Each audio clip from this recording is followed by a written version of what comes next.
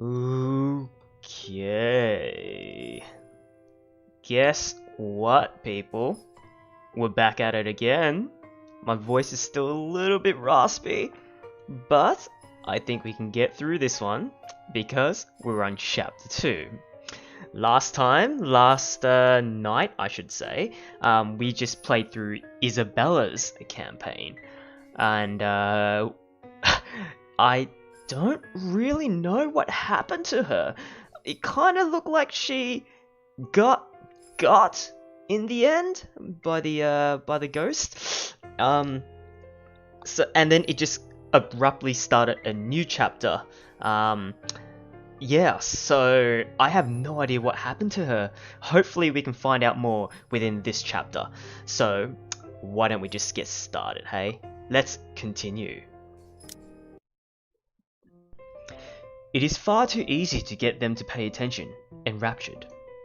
They hang on to my every word and follow my every move. All of it would have been stifling had I not grown used to such stares. Most are respectful, some are hostile, if we are honest, and a few are downright inappropriate. After all, I am Hannah Wright. There's a moment of agitation as a familiar but less than welcome face approaches me with a suggestive smirk on his face. Of course, I have to keep a benevolent smile and greet him as I greet any good friend. After all, this man can turn heads, being famous in his own right. Who is this guy? Officer Lee! What a pleasant surprise. I didn't think you'd have the time to attend tonight's party. Officer Lee? I'm not too sure who that is though. Let's find out more. He's more Luke's friend than mine, really, and I'm quite sure I only invited his wife. Much like I am only friends with the Chief Inspector because of Luke, Luke is only friends with Rochelle because of me. Unlike how I treated Lee, however, Luke never hid his animosity for the Lee matriarch. It was an odd sort of friendship where we would have an awkward double dates. Oh, okay. So that means she's friends with this guy's wife, I guess? Okay, alright. Cool. Let me just have a quick check on something here. Alright, easy. Let's keep going. I don't even recall his first name. It started with an N, I think? I might be wrong. Aside from being Chief Inspector of Luxbourne Police, his wife Rochelle Lee Vance? Wow. Owns a General Electronics company. Fridges and freezers mostly. I always have time for my favourite socialite couple. Might I say, you look positively ravishing tonight. Oh my. I see the husband isn't with you.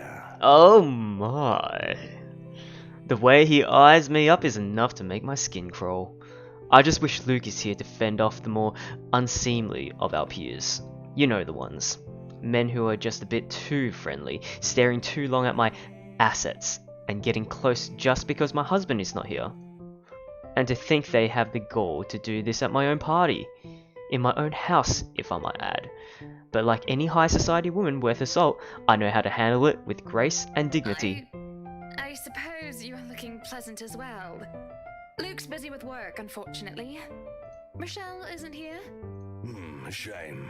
I do hope he isn't causing you much trouble. That husband of yours can be a bit daft sometimes, acting like he's still some young bachelor. The wife sends her regards and her apologies, but something came up with her doctor and she needed to attend to it. You know her, being pregnant and all.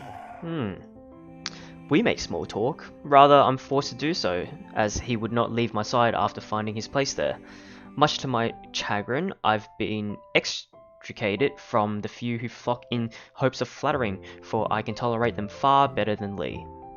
He's a nice enough person, and I adore his wife, who's obviously the brains behind the two, but there is something unsettling about him. I do not trust him as much as I want to. He regaled to me tales of the Luxbourne Police Department, a different affair to the usual gossip I am privy to, and though I loathe to admit, is interesting nonetheless. I expect the topic of business to die out quickly, which would be understandable enough due to the confidential nature of his work, but oh boy, was I wrong. So, wearing civvies, I steal and drive off with one of the police mobiles, right? In the mirror, I see the new tank chasing on foot and screaming about theft. His face was priceless when I parked it in the garage. Oh my. You made him chase you all the way home for a prank. What did Rochelle have to say about that? Rochelle has a strange love and hate affair with Lee. He is a married man who did not grow up past his early 20s, judging by the way he acts. Wait, so is Rochelle his pregnant wife? But doesn't like him? Surprisingly enough, they've been married for a good 20 years. Okay, yep. A lifetime if you compare it to my marriage of 7 years with Luke. 7 years is a long time. I, on the other hand, well, Luke is no Lee. I should be happy about that, I suppose. Although my darling did have his moments. And the wife pulled my ear and gave me a good talking to, though. Besides, we live in a flat a block away, so it wasn't much of a grand chase. Weren't you living in a house near the countryside? Moved for work, you know. Or you probably don't. No, I don't. But a flat in downtown. I suppose if that's what you like. Downtown. I love her accent. Oh, it's horrid. Hate that tiny place, no matter how convenient it can be for work. 55 square yards are not enough when you need to get away from the wife. And this guy's Cockney accent, it sounds on point to me. Like, I'm not from England or nothing, I'm from Australia, but like, still, this voice, I wouldn't mind a place away from the city. Even started looking at the ads. I spied an interesting lot, actually. Heard it was finally put up for sale. Something mansion, you know the one with all the ghost stories. Oh, okay, so this isn't a continuation. Well, I mean, it is a continuation, but it's basically starting at the same time of when Hannah was before she bought the mansion, actually. So this is like before she met Isabella. I know what he is talking about. There are really only a few urban legends around here. Oh, so she knew about the haunted mansion, that it was haunted. The It's Ermagood mansion? That's the one. Worthy of a king it is. I'd buy it myself, but Rochelle would only gripe if I brought it up to her. Not to mention all the expenses a place like that will be a real fixer-upper. You also have to find someone willing to work there with how superstitious people can be. If it becomes a problem, just hire someone to do an exorcism. Actually, I do know of someone who could be up to the task. You remember the Ludgates party at their Christchurch summer residence? Of course. It was an excellent soiree. Everything was so classy too. Such good taste. such big words. I couldn't even comprehend it. Oh, that place was a pigsty until they hired out this interior designer and they turned it into a bloody palace. She worked for the Exodus for their apartment in Soho too, and they recommended her when we were looking up pieces for our beach house in Porto Colom. I think I have a business card right at... No, I must have left it in my other jacket. He must be talking about, what's her name? She has like a really hard name to pronounce. Miss McCulloch. McCulloch? Something like that. Sounds Anyway, Irish. she's called, Or Scottish. What's her name? Marianne, I believe, yes. But truly, if anyone were to get that place in McCulloch, well, they'd be the envy and the talk of the town. Well, if you put it that way, I might just snatch it up for myself. Don't do it, bitch! Don't do it! This place was starting to feel a bit small lately anyway. Sure. A 3-story penthouse might not fit the definition of small for some people. Okay, maybe a lot of people. But it isn't big enough to have grand parties in. This... Really? As it is, I only invited about 30 people to this one, and it already feels cramped in here. It certainly would be nice if I didn't have to ride an elevator up and down several floors before I can get anywhere as well. Oh, because it's 3 stories. All Luke's words, not mine. Besides, I've been looking for a good anniversary gift. Luke might like this one. Oh my god, a mansion as an anniversary gift? Oh, where's the love? Where is he anyway?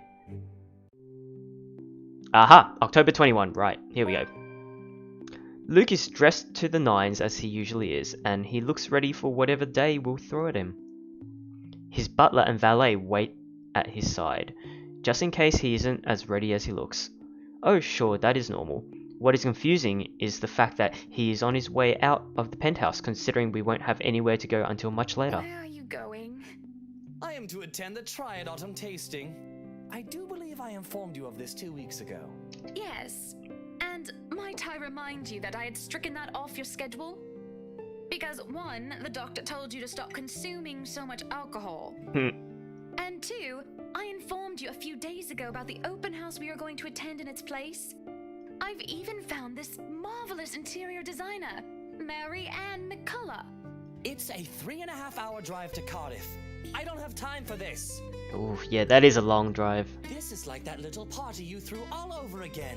You don't inform me of it, and you expect me to stay and be a gracious host when I have business elsewhere. You know how I operate, Hana. Unless this was penciled in, I am sticking to my schedule. If I may intrude, the madam is correct. Your physician did insist you moderate your drinking, unless you wish to incur acute pancreatitis. And you did have this open house penciled in last Wednesday morning. Bullocks, I don't remember doing so. Well, you did. While very hungover, in fact. He did. Moaned about me being too loud, but gave in after some pushing. Perhaps that was a bit too cruel and manipulative of me, but... Whose side are you on? Come on, Luke. You promised we'd do whatever I want this weekend. Gordon Bennett, fine. I am giving this house tour of yours a chance. But if it proves to be a waste of time, I am going to Cardiff and you are going to take a cab home. Are we clear? Oh, my goodness. What? Number one husband right here. It's just a bit of husband and wife tit for tat, isn't it? All couples have the arguments. Once the honeymoon phase is over, as they seem to call it, reality sets in that you and your partner might not always see eye to eye. Oh, that's sad. Perhaps it has been the years. 7 of them is nothing to scoff at. I just cannot bloody believe I agreed to this. I was really looking forward to the triad tasting. Though sometimes I think it's something a bit more than just simple disagreements, and I have to stop myself from wondering where we went wrong. There's always the triad Christmas tasting in Manchester next month, and that'll only be an hour-and-a-half drive. Have I been neglectful? Have I offended? Have I acted shamefully? Yes, but Cardiff. Oh, they're really painting Luke in like a bad light. Certainly, any problem can be discussed, as long as he doesn't turn me away. Well, there goes my good mood. Are you happy now, Hana? Remain silent, defend myself. What a douche! Like, remain silent. I mean, if I remain silent, then the discussion's over. If I defend myself, then, like, I'm stronger for it. Like, why must he treat me this way? Exactly, right? What do you guys think? I'm gonna say defend myself. Like, that's bullshit. Yes, I am very happy, Luke. Because for once in a very long time, we are doing what I want. You tell him, Hannah. Relationship status updated plus. Oh, that's good. Oh, maybe it doesn't matter what we chose. Like, yeah, okay. I'm ecstatic. Understood? And this would be perfect if you stop acting like a child who needs their nappy changed. We will be leaving after lunch for the Ermengarde mansion. I like the strong Hannah. Yep. Let's keep it strong. You are going to park your rear in the car and keep mum. And you are going to behave during the tour. That's right, girl. Needless to say, Luke looks a bit shocked at my little outburst. He opened and closed his mouth a few times, struggling to reply, before he crosses his arms to look like, well, a moping child. Any more rules for this little excursion of yours, Your Highness? No wine. Wine? Unacceptable! I am already not allowed to the tasting, and you would deprive me of that simple pleasure? If I see you take one sip today, I will put the stocks under lock and key. Do you understand me? Don't forget the bottles he keeps in his dresser. Whose side are you on? How many times in one day can you ask that? As many times as I need you, traitor. Oh, man. I like that. The ride to the mansion is quiet, with Luke having stared out the window the entire way, not paying attention to anything around him. Meanwhile, I am conflicted. I don't know if I should apologize for changing his plans like that. But by the time we arrive at the mansion, I see his eyes light up in genuine interest. Apologizing is the last thing on my mind. The whole affair with the Ermengarde mansion is certainly an interesting experience. Oh, okay, so it just kind of skipped through her meeting Isabella. So this is the part where she already met Isabella, and Isabella's in this room, clutching the letter, I think. The place had been renovated and restored by its owners to what they claimed to be acceptable standards. The mansion itself looks like something befitting a fairy tale or a period piece. It is tastefully decorated, and with a little bit of love and attention, I'm sure it can be a place Luke and I can call home. And the number of other prospective buyers that have come from the powerful and wealthy of Luxbourne certainly did not disappoint, marking this estate as prime property. The Lees are amongst the group who went with the Rose Woman, and I saw a few other notable faces, though I did not really feel like mingling. I really like the fact that they skipped over,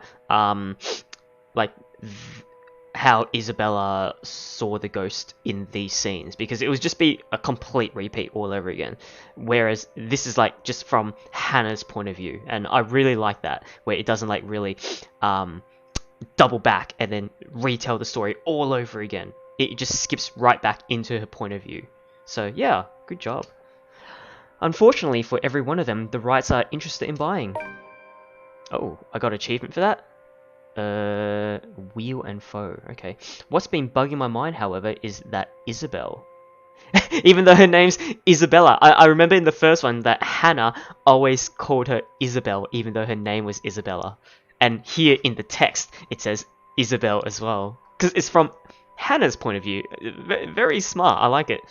And I like her her whole CG art as well. We haven't actually seen her art yet from an outside perspective. So yeah, it's really nice. What is her problem? I still don't quite understand what is happening. One moment she's scrambling to give us the paperwork to finalize the sale, then she is panicking over some sort of prank letter or another. Dear me. Is Isabel alright? It is apparent with the way she shakes and by the pallor of her skin, something has really shaken her up. Isabella, do you need me to call that ambulance? I am worried, but it will be best if she's attended by someone more familiar to her, like a partner. Ah, so she really is worried. But even then, the girl refuses Rose's offered drink and looks just about ready to make a run for it. No, I'm just feeling a bit out of it. Excuse me. I'll be back. I just need to catch my breath. And she does so, just as I predicted, and a partner follows like a concerned mother. There is an awkward air among us as we are left in the wake of whatever that was. The other murmur and gossip with each other, speaking of the poor daft girl and telling the tale to whoever was not audience to the act in the first place. It doesn't take too long for the woman Rose to return and pull us aside into the study for what I rightfully assume is damage control. Oh, where is this? Rose invites Marianne in too, hoping to apologize to her as well. Okay. But the woman refuses, saying she's not one of her clients anyway. So, right, Marianne was McCulloch, the interior decorator, right? That leaves myself, Rose and Luke. The last all too eager to make himself comfortable in a study he's no doubt already claimed as his own. I can't apologize enough about what just happened. Please forgive Isabella. She's been under a lot of pressure lately. She's young and all those rumors about this being haunted just got to her head. Oh, so Rose is actually telling them that this place is haunted. And it must be this terrible heat too. Not a drop of rain for days now. Are you sure it is wise to just let her go like that? Where is the poor dear? She might get hurt.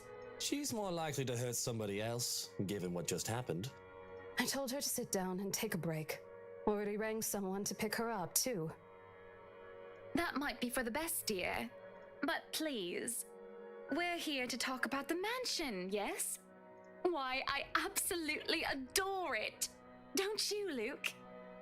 Some of the rooms will certainly have to be repurposed. We want to change the appliances and have Marianne lead on the decor, but the whole thing is just lovely. I guess. It's certainly a lot roomier than our penthouse. Exactly. Lots of space for guests, parties, a lot of room for little ones to run around too. Let's not discuss that right now, Buttercup.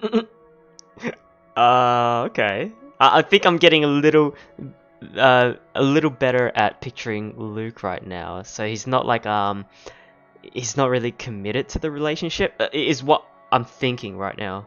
Anyway, I do think it would be a shame to let this mansion slip past us. But you haven't even finished touring the house.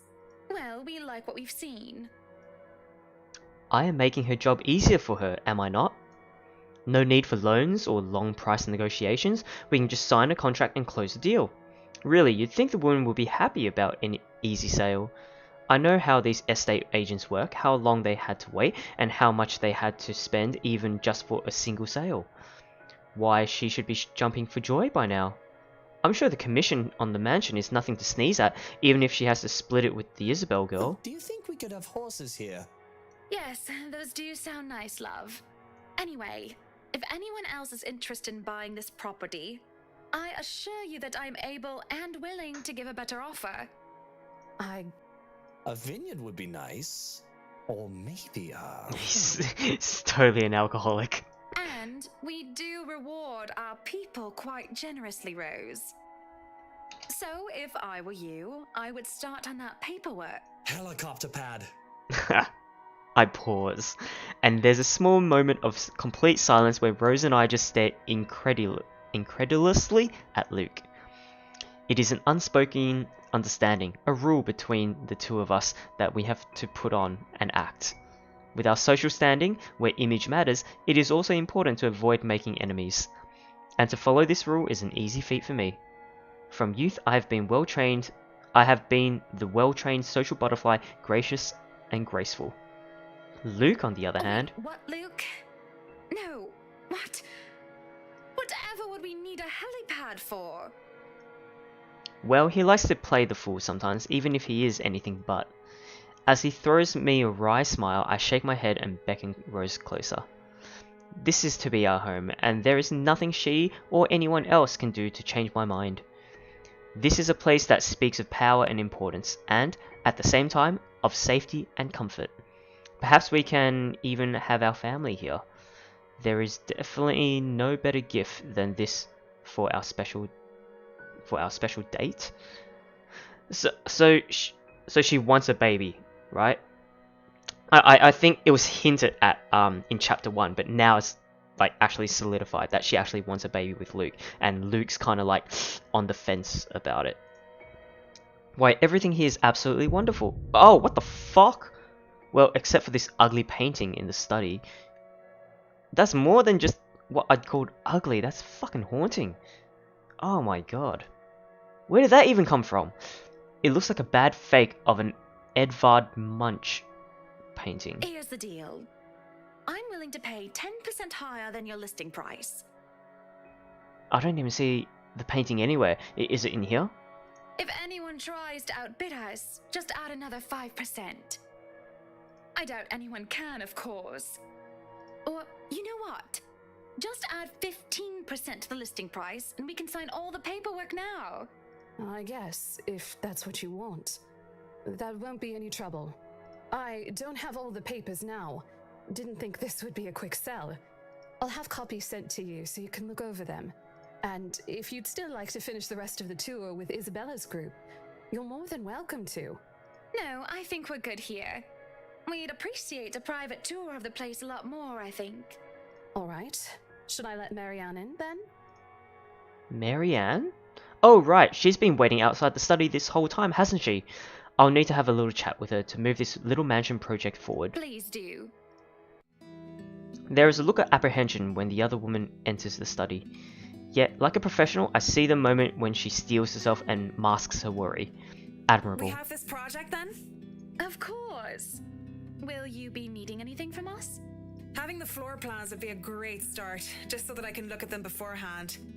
And if you could tell me when you're available for a meeting so that I can include it in my calendar? Oh, is a meeting really all that necessary, Marianne? I guess we can send Johans to help you out. You two can start by getting rid of this ugly painting. Yeah. Get rid of it. What the fuck? Where is it even coming from?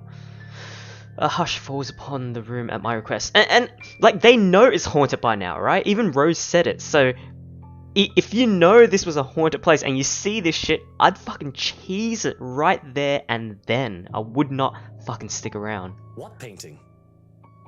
Yeah, and if he said that as well, I'd be like, mm-mm. And lo and behold, the painting is gone. In its place, a mirror stands, which leads me to look at my own confused expression. Jesus, it was a fucking mirror, the one over here. Odd. Well, no matter. Back to the topic at hand. Marianne, dear, we are simply far too busy to meet up.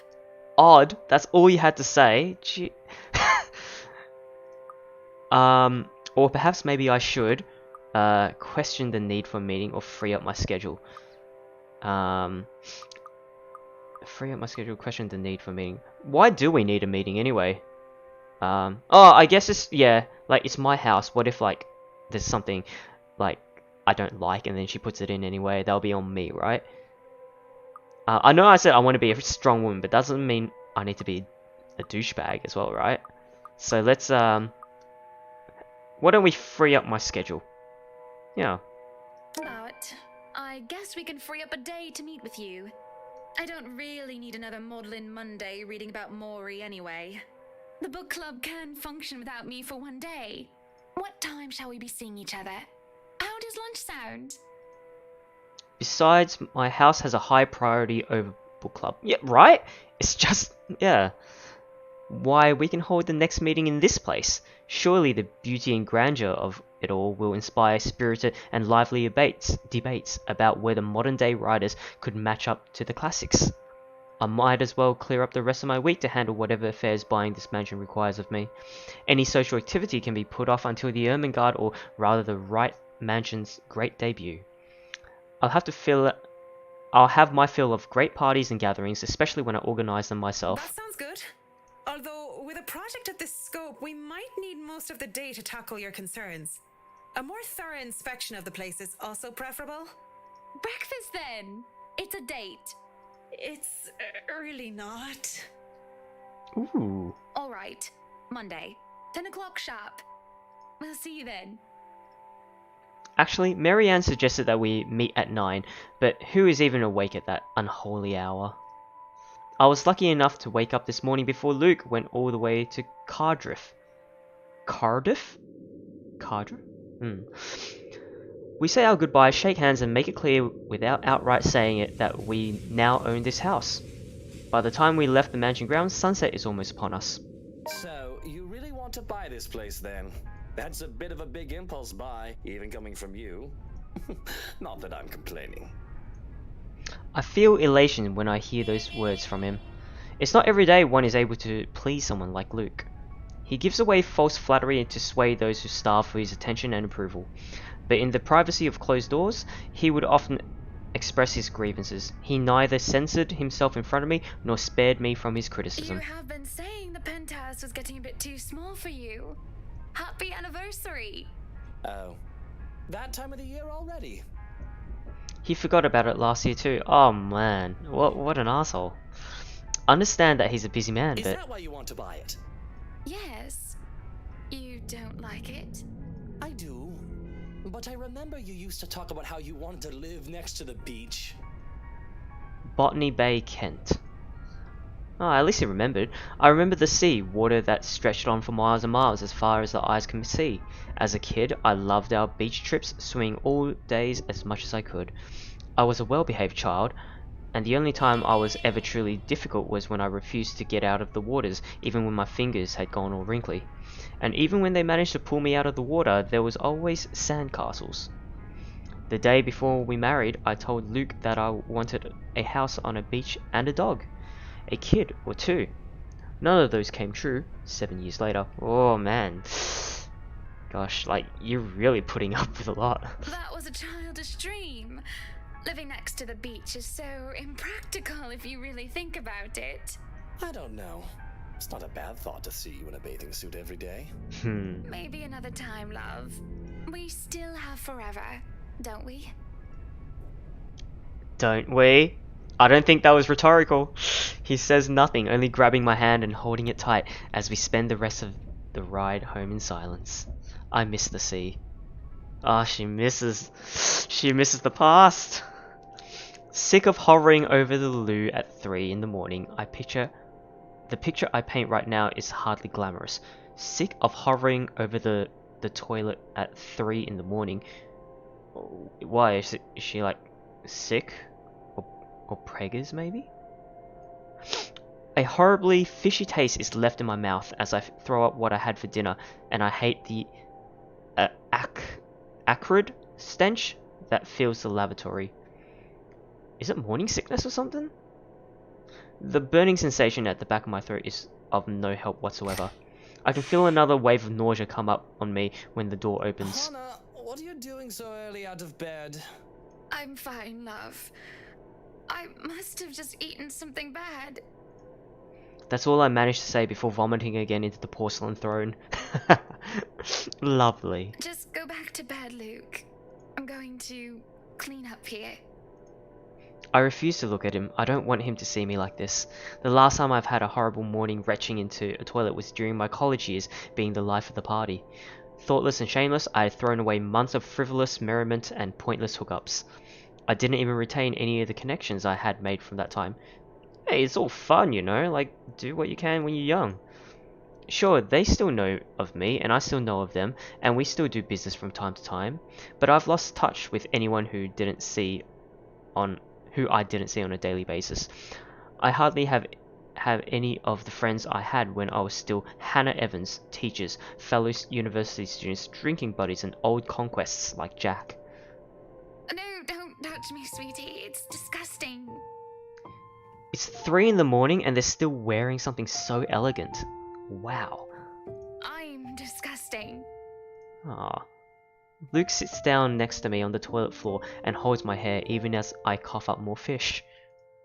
He wipes the vomit from the corner of my mouth and just stares. Do I need to fire someone? I don't feel sick. Ah, that's nice of him. Just feeling a bit under the weather, dear. It's been unbearably hot as of late, hasn't it? I do wish it would rain. Are you sure it wasn't those sweets? I told you not to eat those sweets. I think that's what Rose said before as well. It's been unbearably hot and that they wish there was rain. Is that a connection somewhere? Maybe. Well, don't laugh. Well, I can't help if you make that sort of face. He starts chuckling, and soon enough, he's in a fit of laughter. The scene happening next to the loo filled with sick just makes the whole thing bizarre, and it nearly makes me start giggling as well. I try to stifle it though as I smack him on the shoulder. I'm not making a face, Luke. Stop laughing. Shut up. I like this scene. When he would not stop laughing, I let myself go as laughter bubbles from my own throat, and I forget whatever ill feelings plague me. We are just husband and wife laughing together at a funny face, the little things in life. And I like this song as well. I let myself go because I know that these moments will not last forever. But if I just know the terrible things that are to come for us, I would have wished with everything I have then and there that the laughter stayed. Oh, God. Hiya! Come on now! The place is bustling with movers carrying furnishings here and there, along with several trunks of personal belongings taken from our penthouse. Luke watches them like a hawk, making sure nothing is handled carelessly or gets stolen. Careful now. I know your pictures are framed by cheap plastic, but those are framed by African Blackwood and are one-of-a-kind commissioned paintings. Each one is easily worth a lifetime of what you lot make. Ugh. Luke, do the dishwashers go into the kitchen or the butler's pantry? Most of us would probably say kitchen. I mean, who has a butler's pantry? Pantry, Buttercup. Careful, that's Emma. No, you there, put that down. You do not manhandle a Napoleon Abueva. I can see the exasperation. Oh my god. And I have to send the foreman an apologetic glance. Even Johannes rolls his eyes as he goes by. Considering Luke is always like this during a project, Johannes and I have gotten used to it.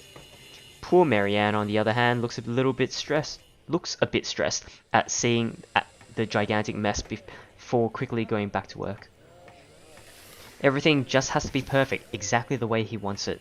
One little thing out of place, one little thing that didn't fit the image he clearly constructed in his head, and Luke gets bent out of shape. Sweetie, why don't we go and sort your suits upstairs?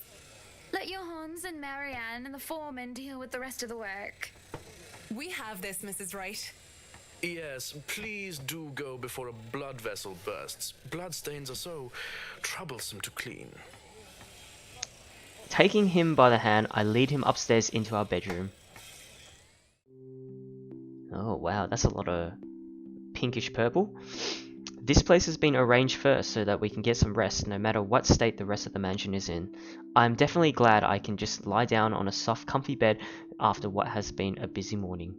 Watching Luke act like his life depended on getting this move done is tiring all on its own. And to think I have a whole day of this ahead of me. I feel the bed dip beside me as Luke sits down with a sigh. Well, I can't wait for this to be over. I don't know. It's fun seeing you all fired up. Here at home and not at work, you know. You know I can't always be home, Hannah. I have a company to run, unless you've forgotten. I wonder what he does. I haven't forgotten. You're the one who insists on being there to make sure each and every little thing is under control. I just really miss you sometimes, and I wish you were at home more often. Aw. Why, if you're not careful, I might go a bit loopy and I'll start bringing cats home. And soon enough, one day you'll find yourself going home to a farm just filled with felines that follow you everywhere. She really wants a kid. Oh, don't bluff. The things would shred up your precious furniture. Besides, you don't even like cats. True, true. Dogs are infinitely superior, of course. Oh, those are fighting words, Hannah. But what about the wet dog smell? The mess? I'm not cleaning up after a mutt, no matter how cute. If you think about it, a cat would be better. We laugh. It's not always that we can just lie down and talk about these sorts of things, to joke around as if we're teenagers again with a very little problem in the way of responsibilities and roles. To hear his genuine, honest-to-goodness laughter is a rarity. This is just the second time as of late, and I can only see it as signs of good things to come. All good points. I guess we could just have kids. That is, if you prefer dealing with soiled nappies and sick as opposed to dead birds, mice, and litter boxes. I've already told Marianne about turning the second bedroom into a children's room. I guess sometimes I don't know when I'm crossing a line. I didn't say that I am a good comedian, did I? Not this again. What? I wasn't being serious. It's not something you take the piss out of. Having a kid is a big responsibility, Hannah. We've talked about this, haven't we? I'm not ready to be a parent. I'd probably end up killing the little brat by the week's end. What should I say? Apologize for bringing it up. You'll be a great father. I mean... I reckon... I don't think he'll be a great father, honestly. But, I mean, why should I apologize for bringing up that? I mean, it's 7 years! 7 fucking years. Kylie likes you well enough. Who's Kylie? The mention of our little goddaughter places a conflicted look on his face. Sometimes it is cute when he denies having a soft spot for the little girl. But then, sometimes it's sad, and it makes me wonder what happened to make him think so poorly of himself in this regard. Yes, well, it's Kylie. The tyke likes everybody and, on the off chance she doesn't, likes them well enough as long as they buy her sweets. And sure, that kid is great, but if I get tired of her, I can ship her back to her father at the end of the day. Having kids of our own will be a whole different monster entirely. I have never heard him talk about his father in anything but a business context. I recall Damien Wright kept hearing about him from my own father. Hearing about him from my own father, even before I met Luke. Oh, okay, right. So she heard about his Luke's father before she even met him. Okay. The business world praised him for running a tight ship, all until one mistake led to a great loss for the enterprise. It was then that news of Luke Wright, prodigy son and successor to the old man, started to show up, and he aided in its recovery and growth up until the Great Recession. I'm getting a bit off track. Regardless, I have never heard him talk about his father like one would talk about family. What exactly do they do? I think you'll be a great father. There is a smile, no matter how half-hearted it may be. I do really think that. Really? I mean, He might not be a good, honest man. A part of me knows that, though I try to silence it. But I know Luke well enough that he will be a better father than either Damien Wright or Henry Evans. Who's Henry Evans? Oh, okay, right. I love my father. So that means she's called Hannah Evans. Okay. But he never had the time. If it is any consolation, I think you'd be a decent mother. Oh. On the other hand, I have never heard about his mother. A silence settles, both comfortable and uncomfortable. You know, after 7 years, wouldn't you have, like, known about each other's families by then? Like, well, it doesn't matter. There is a familiarity in each other's company despite the awkwardness that had transpired. Defenses and masks down without anybody else looking, we are both together and alone in this quiet. But a crash of... oh no, it's the porcelain! But a crash from downstairs startles us both out of our reverie.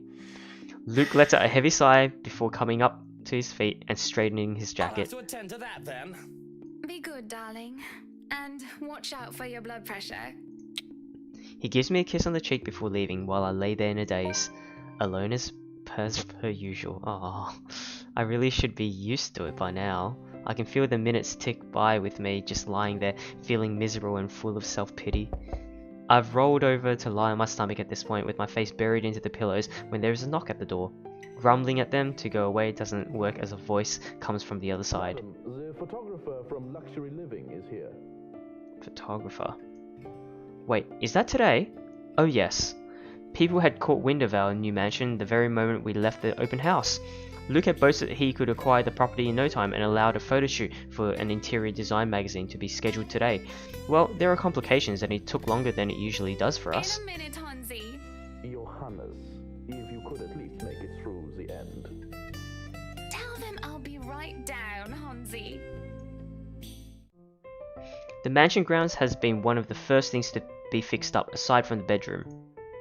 Although it's still a work in progress, it had a promising start and I can already see the flower patches. Luke's favoured daffodil stands out easily, having been transplanted from the pots that used to litter the rooftop of our penthouse. Why, if the moving crew thought that Luke was being hard on them, they clearly didn't see the landscaper on his way out. The man looked like he was ready to faint and Luke seemed ready to kill him by the end of the discussion. Shoot, what is his name? It is in the gardens that I see him standing near the flowers in quiet admiration. He is hard to miss, the hulk of a man that clearly did not belong, and the big backpack and suitcase he has with him makes him look much larger. It is a peculiar sight, seeing someone who looks like he does handling little delicate things with such care.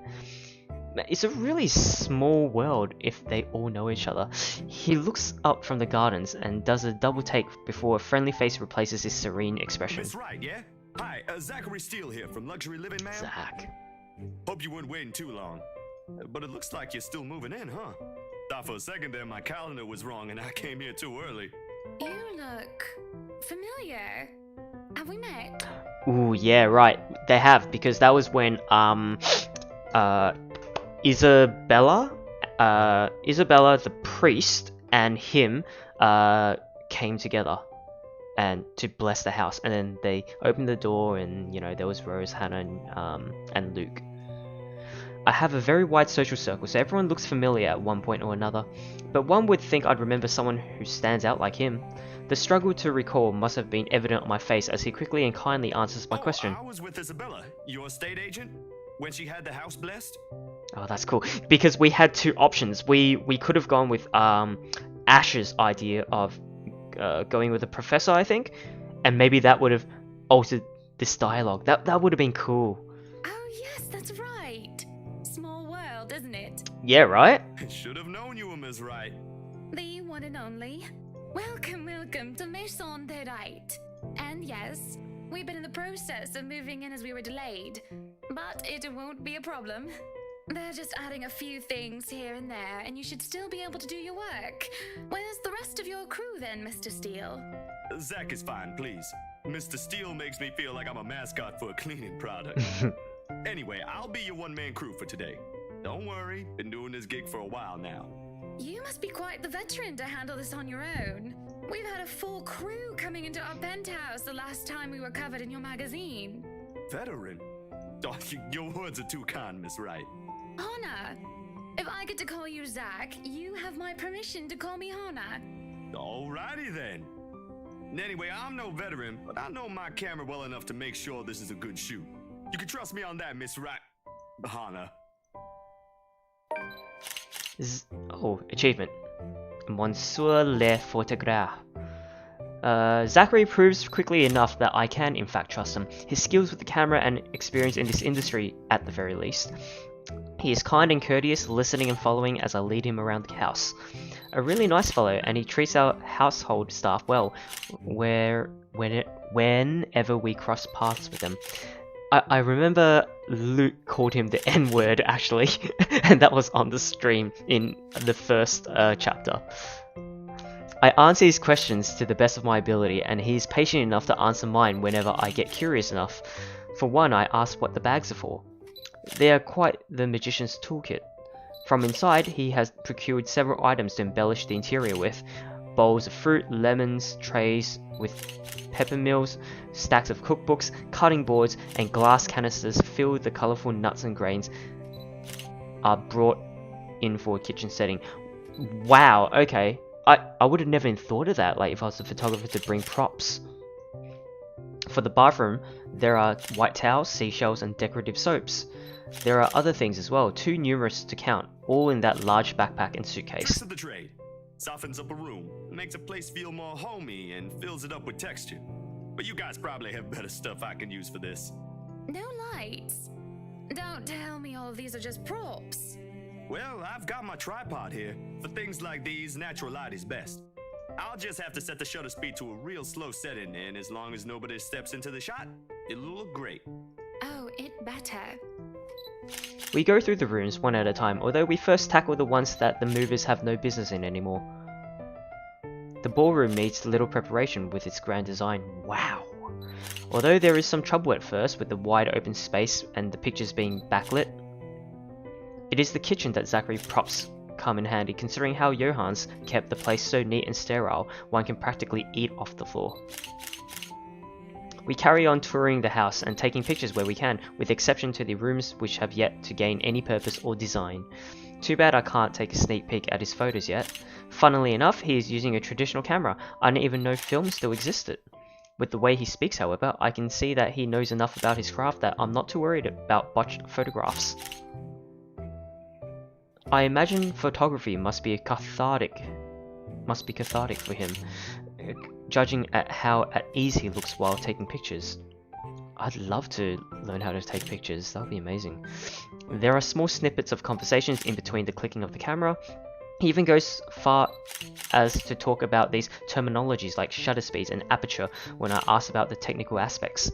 I can't quite see the picture as it is made, much like when I watch artists paint on the canvas. But just watching someone passionately practicing the craft such as this is exciting in its own way. Going through the many rooms has been quite the exercise for the both of us. Despite that, he has been so nice and I find myself putting on my best smile. But it is as we're taking pictures in the foyer that everything comes to a standstill for a moment. Just a moment. And I had not been paying attention. Had I not been paying attention, I wouldn't have noticed.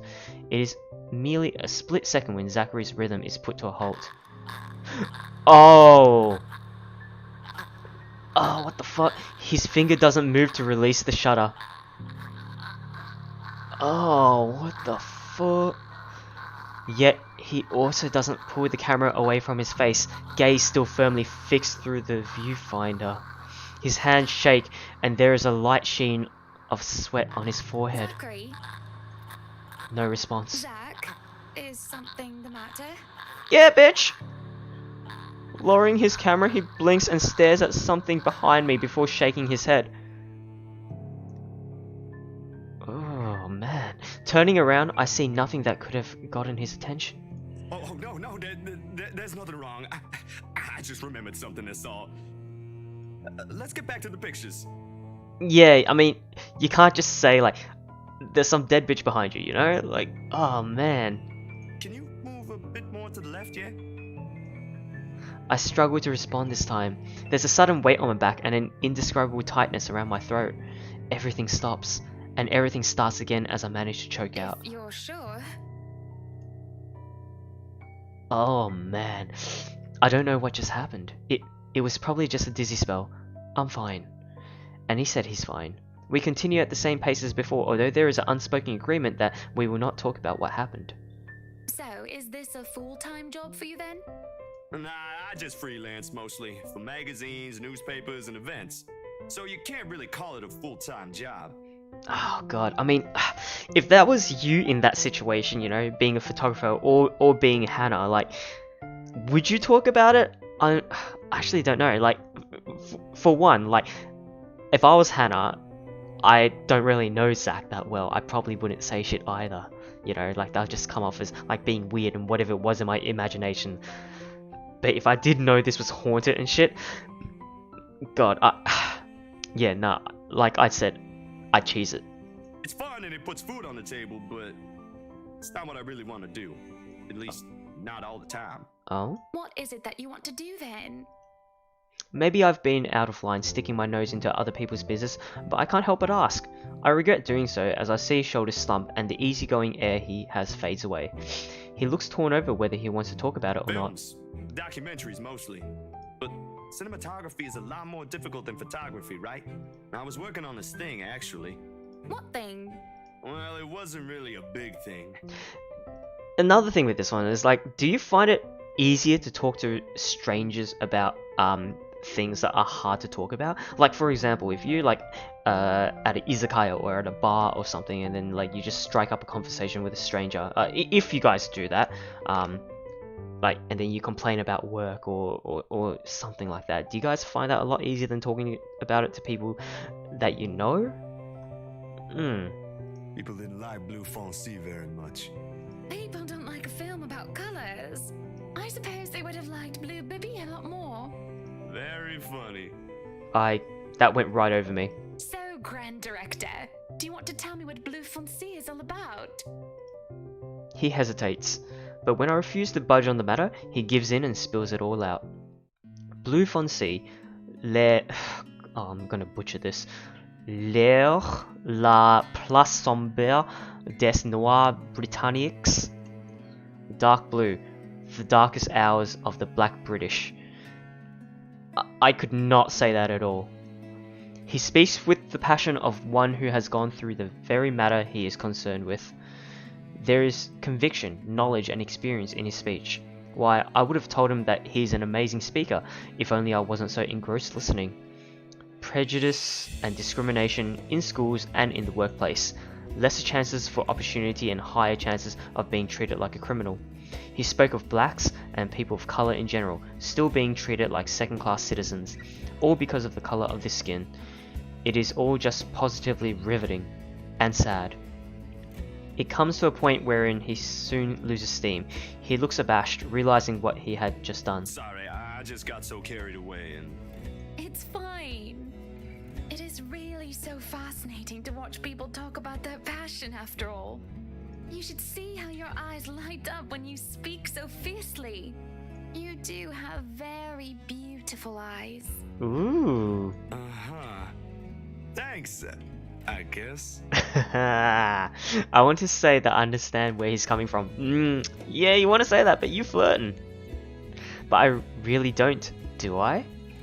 I was born with a silver spoon in my mouth, and I've lived a charmed life. It hasn't been perfect, but the difficulties I've been through pales in comparison to what others experience on a daily basis. I certainly don't know how I would have fared were it any different. Would I still have met Luke, and would he still have loved me if I was any lesser? What was your home like?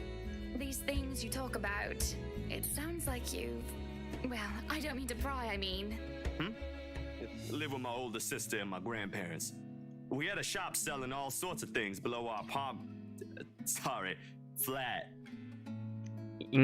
Alright, because apartment is a American term, while flat is more English native. And well, I was one of the few non-white, non-British students in class. Aha, so it is England. I didn't get pushed around or anything straight up. Even then, I was one of the biggest kids around. But a pencil and notebook would go missing, you know? Oh, that I knew. Children can be so cruel at times. Of course, it may be slightly different story when you have personal guards and the stolen item is not a pencil but an expensive heirloom. So what about you? How you liking your new house? It's pretty impressive. It's nice, I suppose. You suppose? Not big enough? What? No, oh, don't be a bully. It's just that. I understand if you don't want to talk about it. I was a little girl, all dolled up and treated like fragile porcelain, with nursemaids waiting to me hand and foot. All the material possessions anyone could ever want, I could ask for on a whim, and it would be handed to me just like that. But I barely saw my parents, just goodbye kisses in the morning before they went off to who knows where they were needed to next. I saw them more often on the telly or on the papers than I ever did in I person. remember my old house. It was a lot like this one. Big walls and big halls, but nobody in it. It makes you think how alone you are. A pensive mood overcomes us, and there's a moment where neither of us are sure of how to go on from there. Things have gotten a bit too personal, yet it isn't wholly uncomfortable, like as if we've been friends before. That's normal, ain't it? You just moved here. You'll make home out of it yet. He certainly makes it easy to believe that. My childhood house is indeed a lot like this one, just as large and extravagant, and just as empty. I hope he's right. So, Monsieur le Photographe, you've covered the one and only Ermengarde mansion. What's next on the agenda? The interview? Boring. It's an interior design and housing magazine. And they want to know what Miss Wright has to say about her interior design and house. Honor Wright thinks she bought a magnificent house that she can certainly brag about. Blah, blah. Boring. You know what they should print more of? I watched an interesting documentary the other day. Bleu Foncé, the darkest hours of the Black British. I recommend you watch it. Aww. Those are the things that people should know about. What do they care if I use a purple or green bowl of fruit in my kitchen? People, right? Oui. People are shite. What do you think? Do I look good with this angle? I strike a pose while he's being busy. I gotta say, like, this writing and like this character development and just the way that Hannah like says stuff, it's, man, I think Hannah might be my favorite character right now. I strike a pose while he's being busy, looking taken aback for a moment, probably not expecting me to just go and say such a crass word. But he recovers quickly, and after snapping a few shots, he grins. Yeah, vous êtes belle. You want copies of these ones? Yes, please. So, the big boy knows French. You must have wooed a few ladies. Unless you're into gents. She's definitely flirting with him. Either way, French is, after all, the language of romance. Oh yeah. No, I don't know about quoting fancy poetry. But I've made lunch for a girl before, and they did like that fancy French cuisine. Can you cook your best? I can cook just about anything as long as I know the recipe. C'est magnifique. It has been too long since I've had a nice proper chat with a good friend. You've only just met him, like, I mean, you met him before, but it's, No, Lee is certainly not a good friend. And although we've just met, right, Zachary is the sort who can probably befriend anyone. Yeah, he kind of gives that vibe. He's just a comfortable person to be around with. A bit too comfortable. The photo shoot went by a breeze. And somewhere along the way, as we talk and laugh, I find myself getting a bit too close without realizing. He'll give me this strange look until I back off, and he'll go back to asking questions after I agreed to do his little interview. And it's just odd. Cause you flirting? Well, no. Me being friendly isn't that odd. That is how I am. Zachary is the one that's being odd. Why, anyone else would be absolutely welcome to the extra attention I give them. He, on the other hand, looks almost flustered about it. Of course! He should be used to different personalities by now, having to deal with various people when he works. And if not, he needs to start. Perhaps nobody has shown him attention of this kind. But he's a big boy. He should be able to handle me. All it is a friendly touch here, a pretty smile there, and gentle swaying of the hips as I move around. Ah, she's aware. Zachary grew and grew more red every time he noticed.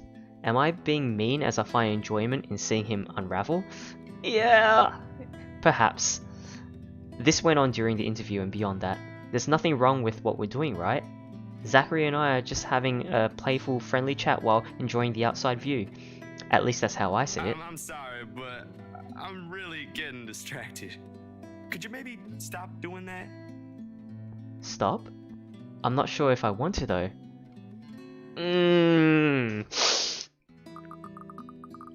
Oh man.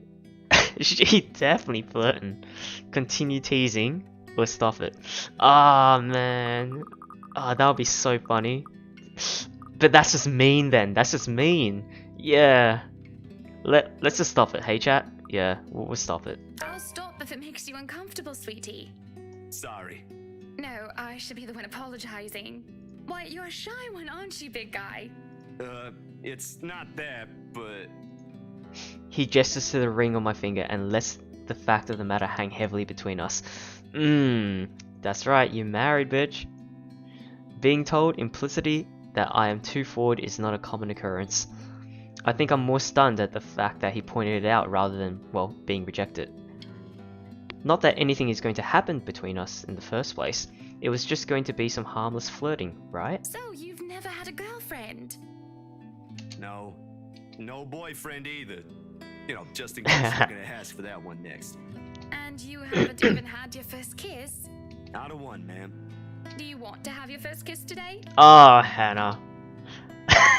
I thought she was gonna stop it. I can't help it. I really can't, and I'm going to apologize lots later. Surely, by the catty smile on my face, it is obvious that I'm just pulling his leg. The laugh I failed to contain certainly gives it away, if it still isn't obvious. But still, he lights up embarrassment, stammering and sputtering objections. You're married, and this will be extremely unprofessional. I never said I would kiss you, silly. Oh, Johans! No, what? No! Don't call your butler, she's Hannah! That would be for the better. I don't think his husband would appreciate it if I made him kiss another man. I do not think he can hear us from here either. His husband? Johans' husband? Okay. I don't think he can... But it is hard to think you're not taken, Zachary. Why, whoever becomes your girlfriend will be so lucky to have you. You can cook and take wonderful photographs. Wonderful meals and wonderful memories. I can play guitar too. You can? Oh my. Wonderful serenades as well then. Perhaps I can find a young lady who deserves a fine, strapping young gentleman like yourself. Let's not get carried away. Besides, I gotta be going. It's getting late and I got someplace else to be. A shame. I will be expecting you again soon, I hope. For a copy of my photographs, yes? Of course. I'll even deliver them personally. Just, you know, don't try to make me kiss your butler when I drop by. As fate would have it, the very moment the words leave his mouth, Johans comes out of the house. Judging by the slight raise of his eyebrows, he has heard only the tail end of this sentence. There shall be no kissing of any butlers under this roof, Danke. But you are not under a roof, are you, Hansi? To my amusement, he takes a step back, safely placing himself within the threshold of the foyer and under the roof of the house. And just as ever, he is quick to return with a sardonic reply. I am now. As I was saying, madam, it's about time for supper. Will I be needing to set an extra place at the table? Oh, what? No, I was just leaving, actually. So, you have a good night, Hannah. And you too, Hansi. It was nice to meet you, Zach, honey. You have a safe trip. I really like this exchange. He nods and grins. He nods and the grin on his face as we say our goodbyes is the sweetest that I have ever seen. I linger looking out for him with his relatively tiny bicycle, backpack safely secured in the basket by the front and suitcase hooked to the back. I watch as he went down the path back to Anselm Village until he is nothing more than a blip in the horizon. I cannot help the small smile on my face as I go inside for supper. Oh man, it really occurs to me that maybe she hasn't been happy in a long time, you know? Entering the dining hall causes me so much confusion. It is dark. For a moment, I thought the electric work is not up to par. But that clearly is not the case, as every other room is bright with artificial light. Finding the light switch is a monumental task, considering the size and my unfamiliarity with the room. To make matters worse, the darkness grants the room a different atmosphere, eerie and frightening. It takes longer than I thought to find the switch, something that will have to be rectified later on. My skin starts to prickle, and there is a distinct feeling of being watched. It unsettles me, and only spurs me on in my search. And when I do open the lights, there is a hiss. I'll turn the lights down, woman. Oh no! There at the end of the hall is my beloved husband with his face in one hand and a glass in the other. This is a direct contrast to Zach. I like this. Perhaps I can let it go if it's only one glass of wine. Green wine? However, I can feel myself go livid after seeing the toxic green liquid gleam mockingly at me. Yeah, I was gonna say. Luke, what? Are you drinking absinthe? Oh. You know what the doctor said. Absinthe, Luke. Are you actively trying to kill yourself? I like a face here. Because if you are, we can just hit you with a bloody car. Honeybee, buttercup, not too loud, please. Besides, it's Lelouch, not too strong. Just hair of the dog that bit me. Helps with the hangover, dearest. You drank? When? This morning, love. Don't be mad. Oh no. I just needed a few drinks, having to deal with those simpletons. And maybe I had one too much. You don't see me whinging about you leaving me to handle them on my own. You don't see me whinging about you leaving me to handle them on my own. He's mad about Hannah not stopping him from going downstairs when that porcelain thing crashed. I had to attend the photo shoot and interview with Luxury Living. You know that. Let's not make this about me, Luke. This is about you and your drinking problem and... Oh, I don't know, Hannah, darling. What if my drinking problem, as you like to call it, is linked to you? If we think about it that way, this discussion is about you. That was pretty mean of you, leaving me alone to do all the work like that. You can't use the interview as an excuse either, honey. I was informed the moment your little interview was done. So, what was it then, What were you doing? What's it gonna be? Should I tell the truth or tell a little lie? I was with Zachary, I was tending the gardens. Oh, I don't know. I mean, he already knows that I was with Zachary, right? So there's no point in me like saying otherwise. A little white lie, or tell a little lie. I was tending the gardens. I was with Zachary. Oh man, he called Zach the N-word. He doesn't like Zach. Yeah, no, he doesn't like Zach at all. Yeah, let's say I was tending the gardens. I was just tending to the gardens, sweetie. You were? Oh, maybe he doesn't know. For a moment, he looks skeptical. I can tell by the gleam in his eyes and the way he sits up in attention. He thinks I'm lying. Oh, but I see no point in bringing up Zachary and aggravating him. I did tend to the gardens for a bit, so it's not a complete lie. Just a little white lie. Besides, I know just how to please him. Sauntering over and circling around him, I place my fingers on his shoulders. He lets out a little groan before melting like butter as I massage his shoulders. I had to make sure they didn't ruin your favorite daffodils. Oh, that is wonderful. I'm not sure if he means the massage or the flowers, but I'll take it. This is better than a fight. So, absinthe. Just one glass, Loosh. I suppose I can let this one go. A bit too late anyway, you've already drank half the thing. But remember your doctor's orders. Yes, I'll try to drink less. Try. Hey, I'm only human. Oh no. No, thank you.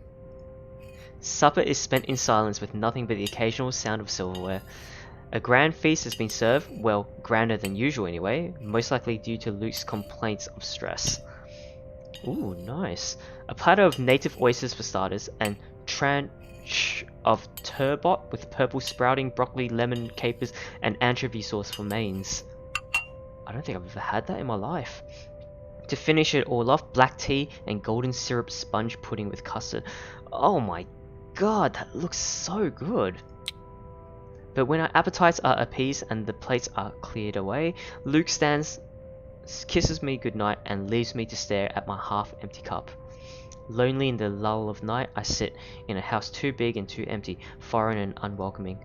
Even with its warm tone and homely decor, it feels cold. There's a reason!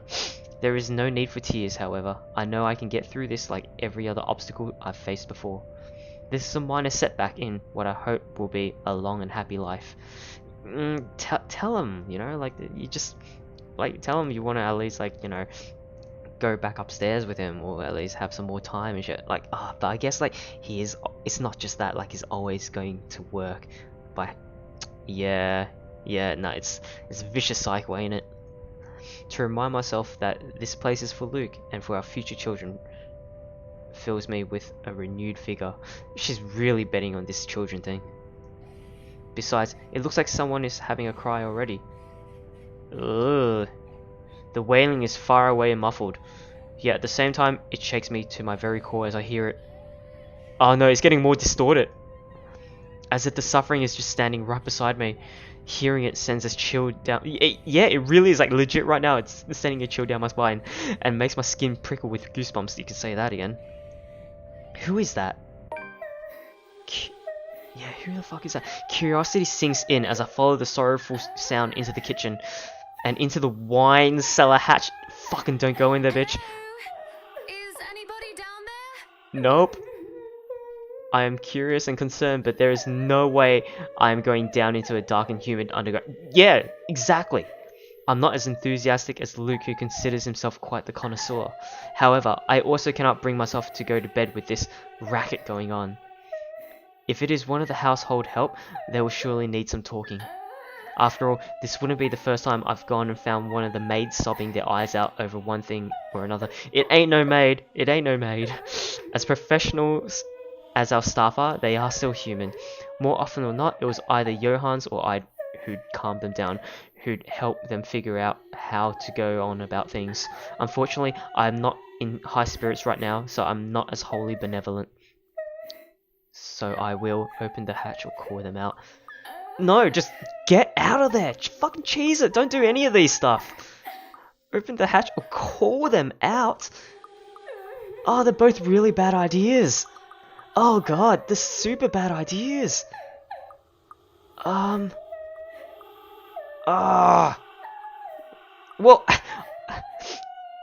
let's not fucking go in there. I guess we'll call them out. I knock 3 times, waiting for any sort of reply yields me with no results, and I've already touched the floor hatch far too many times than what I'd like. I take a deep breath before reaching out again to whoever's inside. I've learned from experience that people respond better to kindness than threats. Shouting angrily would not help in coaxing them out. You in the cellar? Do come out. We Don't come out. Waking up and finding you in there, do we? That man would go ballistic thinking someone was trying to steal his precious wine. Still nothing. You can have a good cry. Just not in there, yes? Oh no. Why don't you come out here and we No. can have a cuppa and you can tell me all about whatever it is you're bawling about? No, don't have a couple with them. Don't let them out. With how long I am standing here, however, I am starting to think myself as a fool. I do not want to acknowledge the other feeling I have, especially as the wailing took an eerie turn. The thought of being played with didn't sit too well with me, and I had to stop myself from getting too hot-headed as I try one more time. You come out of there! That is an order from the lady of the house, do you hear me? Why, I ought to... Oh no. I freeze as a hand clamps down on my shoulder. The dread I've been feeling all this time makes itself known as I kneel, unmoving, not even daring to breathe. I can feel my heart pounding against my chest, but the touch is gone as quickly as it had seized me. Oh, thank God. It is only Johans I see when I look back. Apologies, madam, for touching you like that. You were not responding to my voice, and you looked about ready to wake the whole mansion up. Oh, nobody else heard that. I was... I'm sorry. I was getting rather loud, wasn't I? But that crying woman in there, we must do something about her. He grows silent for a moment and just looks concerned. At least I'd like to interpret it as concern, given how stoic our head butler usually is. Or rather, it must have been concern as he takes off a glove and presses the back of his hand at my forehead before his worrisome inquiry. I beg your pardon, what crying woman? Are you feeling well, madam? In the cellar? Can't you hear her? Madam Hannah, no one is down there. What? The cellar is locked. Only Luke and I have duplicates of the keys. Oh god. Nobody is down there. I stare at him in disbelief, but when I listen once more, I hear no crying. Tugging at the hatch for good measure proves his words to be true too. The thing won't budge unless I had a key, short of using power tools on it. Perhaps it is time for you to go to bed, madam. You are simply tired and hearing things, a perfectly normal human experience. Don't go to bed alone, like... Oh god, no. But if you are still experiencing auditory hallucinations in the morning, you are free to consult with me. Stay with Johans. There's a cold feeling in the pit of my stomach as he helps me up to my feet. What he says makes sense, and who am I to question someone who used to be a doctor? Oh, I'm just tired, that's it. Long day of moving, the interview, dealing with Luke, that has all drained me of any proper sense. Yes, I suppose you're right. I just need some sleep, that's all. Of course I'm right.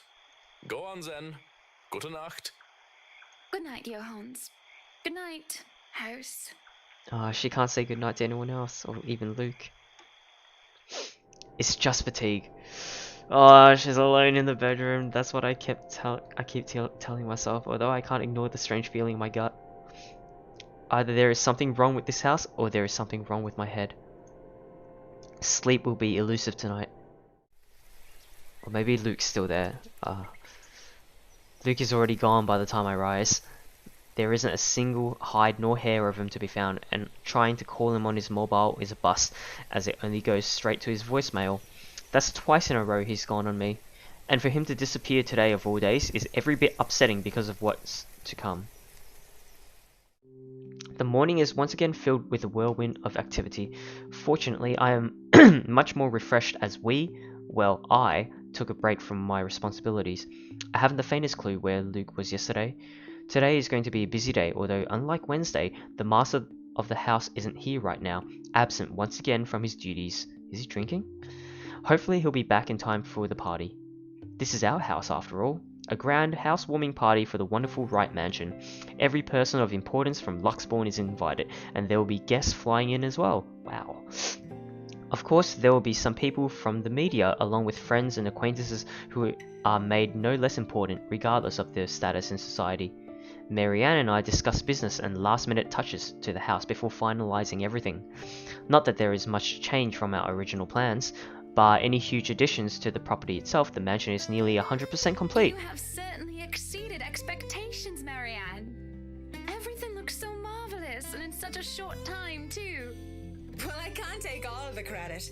People have certainly been enthusiastic about the idea of working on the Wright mansion. There won't be any more problems unless Mr. Wright has any more objections about the second bedroom.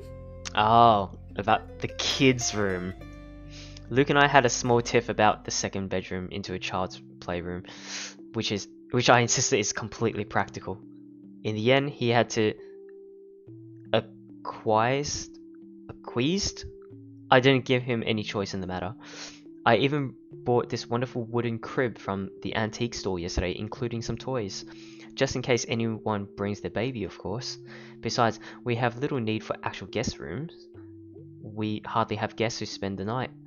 If we absolutely have to, we often choose to foot the bill for their visit on one of our hotels instead. Wow, always at Luke's own insistence. And on the off chance that we actually let someone stay, the bedroom in the opposite wing is still up to the task. Oh no. We proceed with that room as planned. Wow, so there's even more bedrooms? I mean, even thinking about east and west wing, that's absolutely insane to me. I already agreed to him having his greenhouse and his vineyard and his stables. Oof. He may as well let me have this one thing. What about the helipad? No, I did not agree to him no, I did not agree to him having a helipad. Alright then.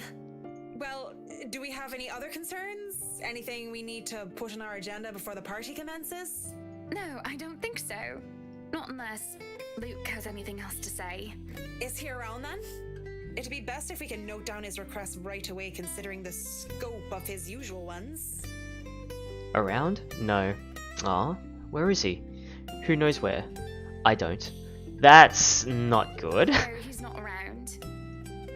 She didn't have to point out the obvious now, did she? Oh man.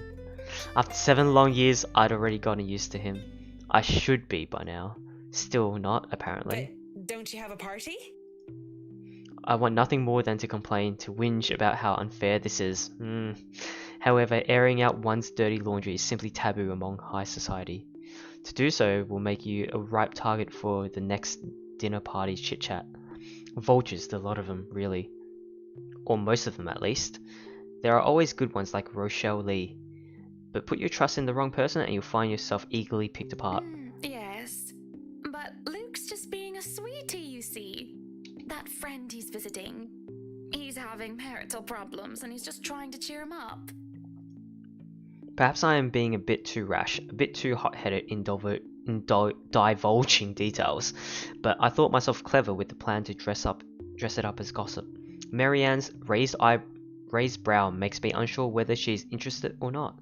Although that does make things better if she has no interest, and therefore has no hidden intent to utilize whatever I might say to her. They've been married for a long time and they've hit a...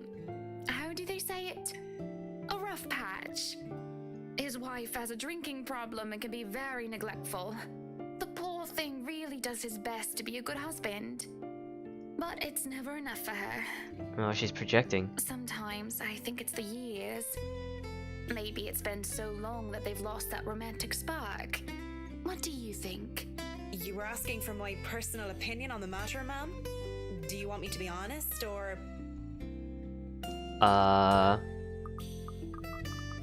don't know, be honest with me. I guess, yeah, let's be honest. Be honest with me, Marianne. I don't need someone to sugarcoat it. I got an achievement for that, real talk. Marianne. Oh, that's a plus. Alright, that's nice. I don't need someone to sugarcoat it. I'm not some fragile thing that I'm just going to break down at the slightest thing. She hesitates, taking a sip of coffee while I stare into my own cup of tea. The silence stretches on and I almost believe that she will never answer my question. I suppose that I shouldn't blame her putting her in a tight spot like this. Her hesitation is understandable though, I loathe to admit it. She simply wants this whole thing to stay professional. Yeah, I mean like, it's... Yeah, I get why you'd need to project as well, because there's nobody else there. But then she speaks. If I'm going to be completely honest, I need to ask. This is about you and Mr. Wright, isn't it? Mm-hmm. It's my turn to hesitate now. I really didn't expect such a straightforward question. And to get to the heart of the matter, I suppose I'm not as clever as I'd like to think. It wasn't that cleverly disguised, no. Or is it really that bad that an outsider can see our little marital troubles? Surely we aren't that obvious, are we? You are.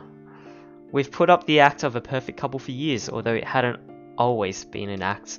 Marianne is just more keen than the average person, of course. It is a necessity to her career, and she had been working so closely with us. Yes, that's it. What would you tell me? Then, I tell you it's none of my business. I tell you that I don't want to meddle. But, if the troubled husband with the neglectful wife asked me for my honest opinion, I'd say that he shouldn't base his happiness and his self-worth on someone else. Someone who won't even give him the time of the day. Maybe he should try being independent for a while.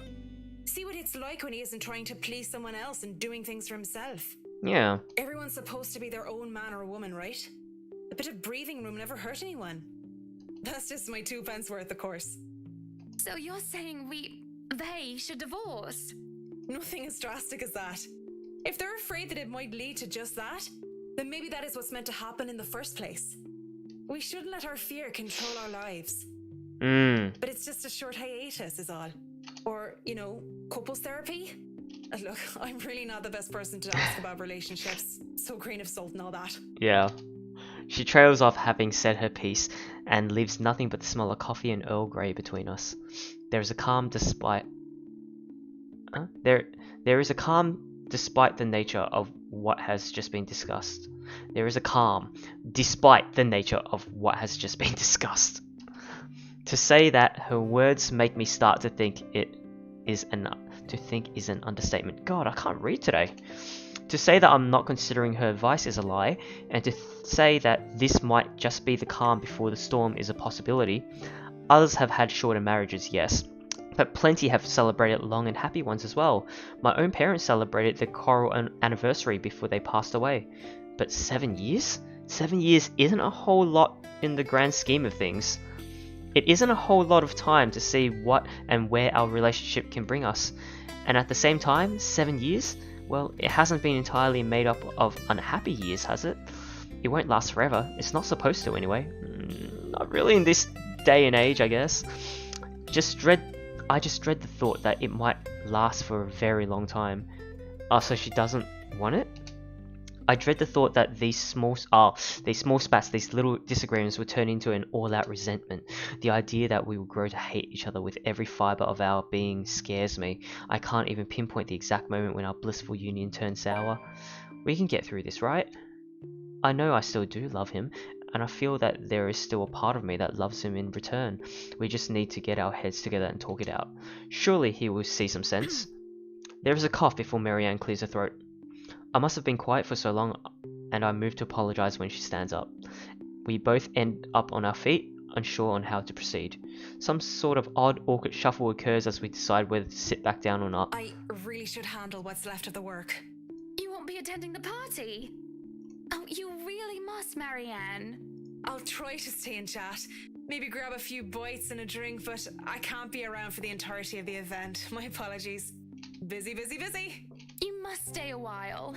I'd love for you to meet some of my friends, and they're ever so excited to meet you. I have the feeling, well, I mean, it's kind of stated and hinted as well that Hannah doesn't really have real friends. Like we were first introduced to Lee, and like the dude's kind of like just kind of like a pervert, and is not like a good friend and shit, and like that's why she's so hung up on Zach, because that was like a real interaction. And now with Marianne McCulloch, she's actually inviting her and her own interior designer to a party, you know, because she doesn't see anyone else there as like a close friend or someone being real, you know, like keeping it real is what I'm trying to mean. Like people that would just actually give an honest opinion or not put on a facade or persona. You need to say hello to the Lees at least. If it wasn't for them, I'd never even heard of you. We'll see. So, if I can be excused? Certainly. You'll have to excuse me as well. I must attend to the party before any early birds arrive. Because, believe me, they will throw a fuss if things aren't ready, even when they're not supposed to be here until an hour later. The scene outside the parlour is a great organised mess. Aside from our own household help, we hired the service of a temp agency which provides staff for Right Enterprise in the hospitality sector. Even our very skilled staff cannot undertake a party of this size on their own. Wow, what kind of party you hosting? Waiters, busboys, hostesses, and their staff captains move about in droves, carrying crockery and serveware goods for several dozen people and then some. Chefs and bartenders tail after Johans, looking like scared little children as he escorts them through the kitchen and into the wine cellar. Oh, don't go into the wine cellar! To peruse the stocks to select what can be served at the party and what can be used for cooking. We have a lot to do, and I believe we did not hire snails. Snails are for the dishes. Oh man, have you guys actually tried snail? It's not for me. A string quartet readies up to play for the evening, tuning the instruments as they fill the air with idle chatter. Floral decor where thousands fill vases, wreaths and baskets, while petals are scattered along the driveway up front. Wow! An ice sculpture of a reindeer is brought in carefully by a pair. It is man, can you imagine like how much stress you'd be under if you were the ones holding that this deer or this cake? Like, what if you drop it? Like, that's just your head. Like, that's it. You're done.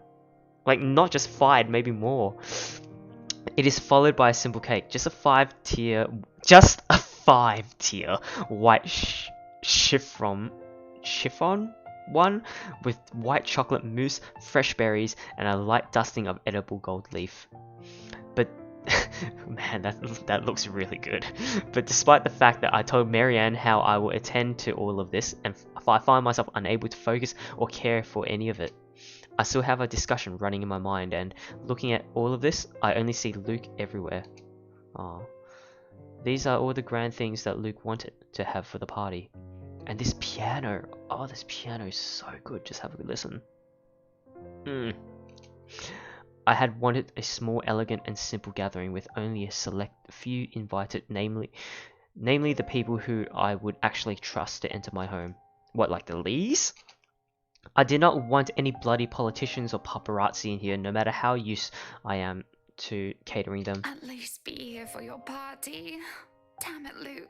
Yeah, you put a lot of effort. The entire thing screamed Luke Wright, and I can't help but add another question to my growing list of queries. When did I lose myself? Man, this is a really sad arc. It's always about him nowadays, isn't it? What about Hannah Wright, right? What about Hannah Evans? Yeah, I knew it was Evans. I used to be my own woman who made her own name, her own career, and her own decisions. You still are. You should. Sure, I was already the social butterfly that I still am today, but I wasn't all empty, shallow gossip and sitting pretty. I was also lauded for my knowledge and talent. Finance manager wasn't just handed to me just because my father owned the company. I had insisted that I start at the bottom so I could work my way to the top and prove myself, and I did. I worked numbers, managed budgets, money and accounts, analyzing the competition and market trends. There was the calculation of financial risk, cost reduction opportunities, auditor liaison and public relations, supervision of staff, and, well, I generally had a huge slew of responsibilities. Admittedly, I was already quite the attention seeker even back then, having dedicated most of my youth craving for my parents' approval. Failing that, I turned to others looking for praise from anyone who would give it, however fleeting it was. And Luke, oh Luke, the way he looked at me, the way he watched me and took a genuine interest. He had me disgustingly obsessed since day one, hasn't he? He saw me for me, Hannah Evans, with both my faults and my achievements. The man didn't treat me like some damsel in distress or some prize to be won. I remember the nights before we married, where we talked about everything and anything, from big things like business, society, and philosophy, to little things such as what we had for breakfast or whether we liked cats or dogs more. We both prefer dogs. Nowadays, I'm just Luke Wright's wife. That's really sad. It's mostly my fault, isn't it? They told me that husbands preferred wives who are docile and subordinate.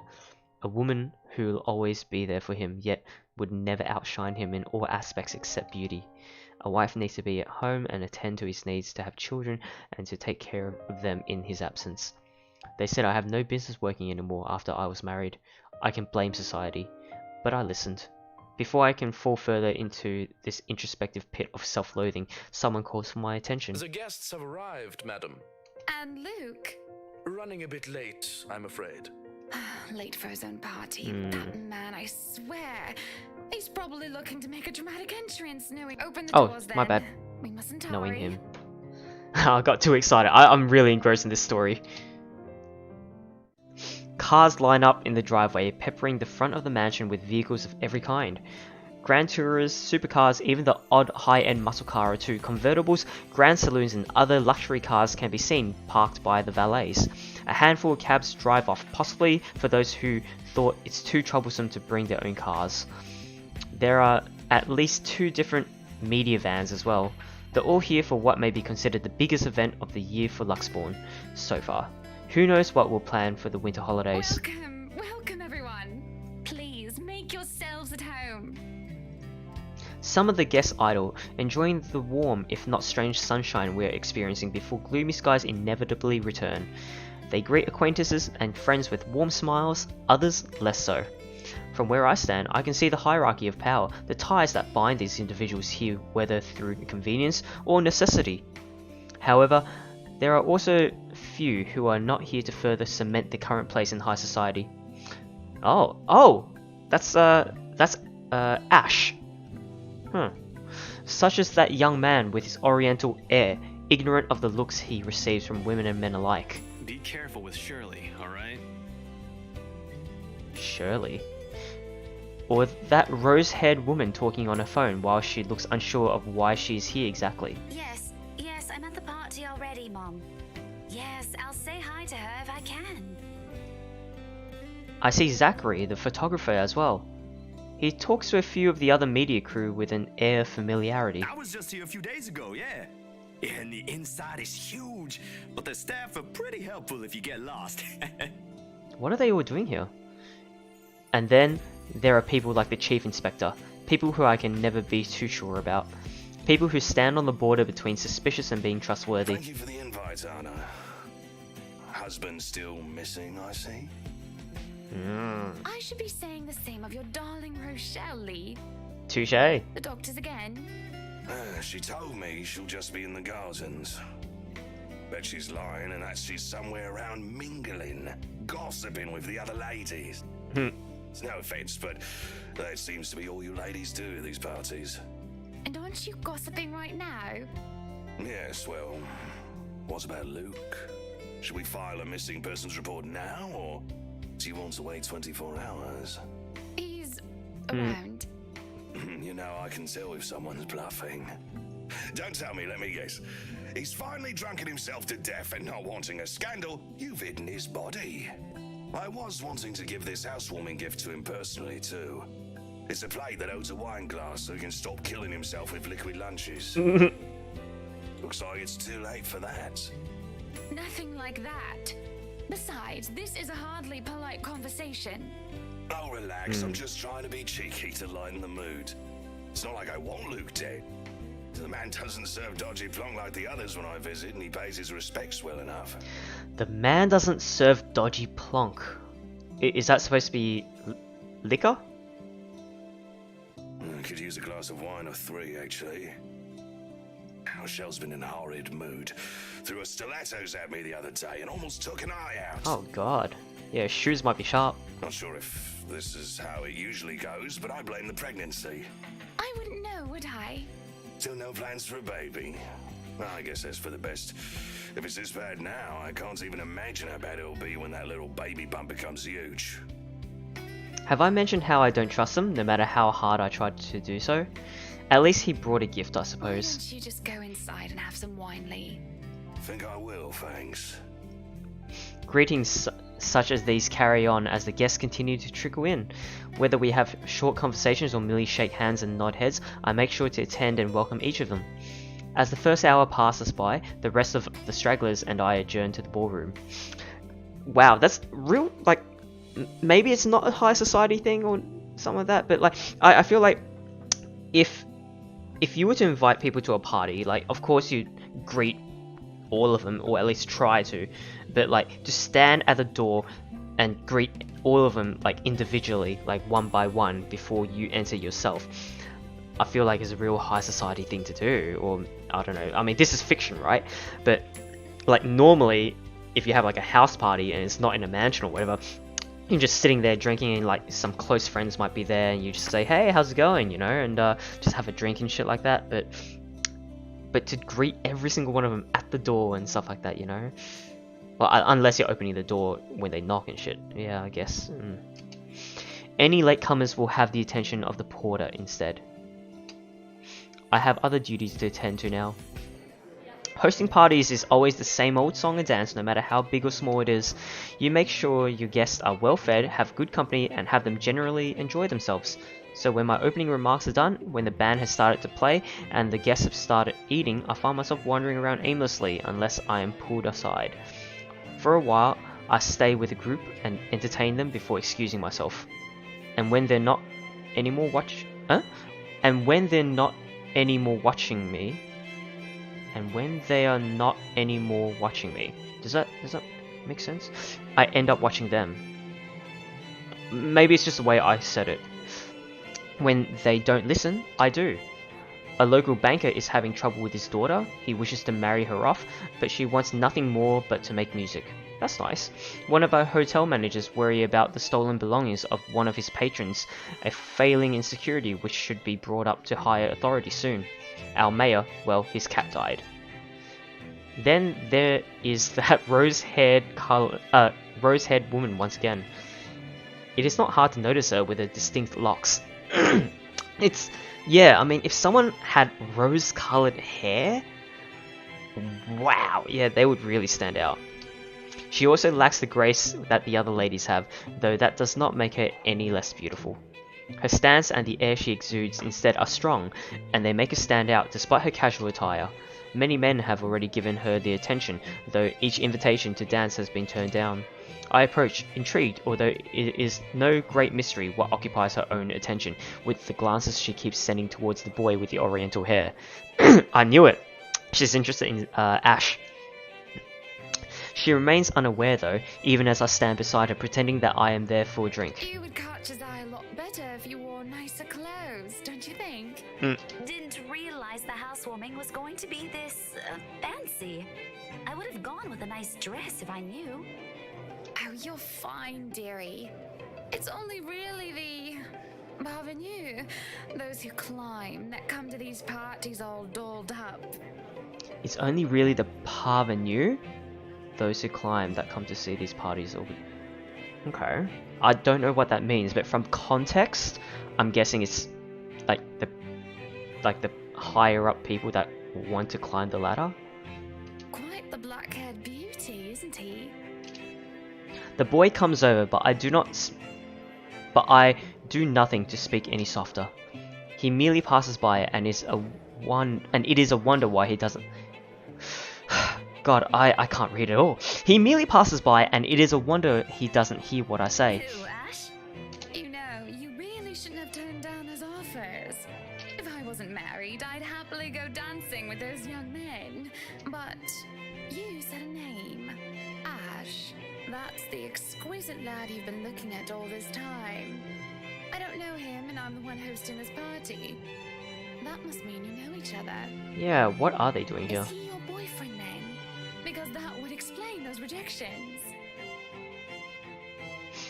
In all my life, I have never seen a face grow red so fast. The shade of her hair did not help as well. This is the most pink I've seen on a person, really. What? No, that's ridiculous. He isn't my boyfriend. She is wearing a lot of pink. Such a violent reaction.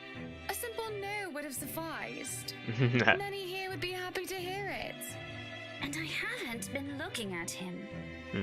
That's right. You've been staring. Quite heatedly, in fact. Although I'm not sure if you look like you want to kiss him or kill him. It's more the latter currently. Just don't go murdering him on my property. I don't want to walk into a room and suddenly find a body there. I mean, this is a haunted mansion. I waver as I feel the burning of someone's stares. It is chilling, and though I am used to enduring the gaze of others, this one makes the hairs on the back of my neck stand up. Oh no. I fucking knew it. Ah, man. My attention is pulled from the girl, and I see a woman staring. Every time I fucking see this, like, I always get chills on my spine, and I always get my goosebumps. Dark haired and dirty, she looks more like a beggar than a guest, and I have half the mind to call the security at her when her mouth breaks out into a grin. All I hear is her laughing, taunting. Her stare makes my blood run cold. She looks at me like I am nothing but a pig to slaughter for amusement. Oh man, her brain's still here, look at that. It makes my hand shake and I nearly drop my drink. But then in a blink she's gone and the buzz of the party returns. I'll keep that in mind, but are you alright? Yes, sorry. I just thought I saw something strange. It must be the trick of the light. Anyway, on a right, as you must already know. Rebecca Gales. Gales. The name is familiar like a fond memory. Reunion? Do they know each other? Because of that achievement, I'm like... I recall a kind lady, a private tutor, who treated me like her own daughter when I was young. Oh, she'd even bring me food when there was no need to do so. Usually stovies, which I honestly hadn't been too keen about, though I ate them nonetheless because she brought them for me. Oh, the professor! And your little parents couldn't make it since they're in Scotland right now. And Mom says hi, by the way. But yeah, that's me, little Becky. We met once before. Yes, oh, I remember you. You were the cutest little thing with glasses. And when we met, you were having boy troubles with this lad called something with an A. Oh. What was it again? Aaron, Alan, Adele, Albert, Alexander, Andrew? The more I list off names, the more red and the more quiet Becky gets. She starts to look a bit miserable as her body language shows discomfort and stiffness. Perhaps I've triggered a horrid childhood memory. Surely I haven't been mean when she visited with her mother. I don't quite remember all of it. Ashton! Ash! Ah. That man is that boy! The same one. Oh, goodness me, after all these years! Right? I can see why, though. He's quite dashing. You don't really need to announce it to everyone with an earshot, you know? Keep it down. She got that yellow fever. I'm so sorry, but it really is cute. And a tad bit sad. So, this is a nice party, Miss Wright. Please, Anna's fine. We're friends of a sort, aren't we? We must be friends, seeing as I know about your little infatuation, Becky. Don't you worry, dearie. You'll have your happy ending yet. I'm not too concerned about that, am I? That's not what I'm looking for. Oh? And what makes you think that? Doesn't everybody want their happy ending? The idea of happy endings sounds like they're just for fairy tales. And they are, sorta. I don't think you can just sit around, trapped in some tower and hope for the best. If you love them, you have to fight for it, right? Ooh, these words are gonna pierce her. You're not just going to sit there and hope that everything will just fix itself on its own. Like everything, you have to work at it. Oh, these are piercing. But what do I know? There's a grimace, although she starts to relax around my presence. How long has it been since we met as children? Certainly a long time. She was tiny back then, if I recall correctly. I'm sure the daughter of the two greatest professors I've ever known is smart enough to know what she's talking about. But have you told him how you feel? And it's been what? 20 years? Wow, a 20-year-old crush. 17, actually. God damn. But no, not yet. He can be a bit dense. I was hoping that maybe he'd notice on his own and... You were just saying you gotta work at it. Well, that won't do. What if you two become husband and wife? He's not to be dense when he's sworn himself to another person. Why, you might just as well consider leaving before the day's even begun. If that happens, I'll have to give him a good ear bashing, won't I? Whoever anyone ends up with, it's not going to be a perfect relationship anyway. Oh, this is so real. There's going to be things you'll love and things you'll hate about the other person. We're just humans. So real. It's funny. Here I am, trying to give you advice when you did the very same thing back then. I remember you giving me a makeover when we were still kids. And you were the first I told anyone about my... crush. I do remember now that she mentions it. Did I give her that yellow summer dress or the pink blouse and petticoat? She must have kept some of what I said in mind. It feels ridiculous remembering... Oh god, no, just a fly just flew right into my eye. God damn. It feels ridiculous remembering all of that years later, talking about boys and how they go crazy for pretty girls, as if it's some gospel every woman should adhere to. It was so easy to say such things then, with me not knowing any better. Though looking at her now, she must have kept some of what I said in mind. Perhaps I did say something good at that time, enough for her to take it to heart. But all that didn't matter in the moment as I mull over what she's just said in my head. What Becky told me is very different from what Marianne told me. There is no time to ponder over that. However, as a hush descends upon the once lively crowd, the music of strings and the chatter slows to a grinding halt as the doors from the foyer opens. And the last of the latecomers should have arrived moments ago, and anyone else this late would simply be too embarrassed to show their face, so this can only be one person, or rather one man. There is only one man who is audacious enough to arrive at his own party so late. Good evening, ladies and gents. Enjoying the party? I hope I'm not too late in welcoming you all to the right mansion. Unlike I, who was raised in the spotlight and simply grew used to its presence, he sought it out every chance he could, even when there was no spotlight that shone. And I'll never put it against him when he smiles like that. He did so quite brilliantly under the scrutiny when he channels his showmanship.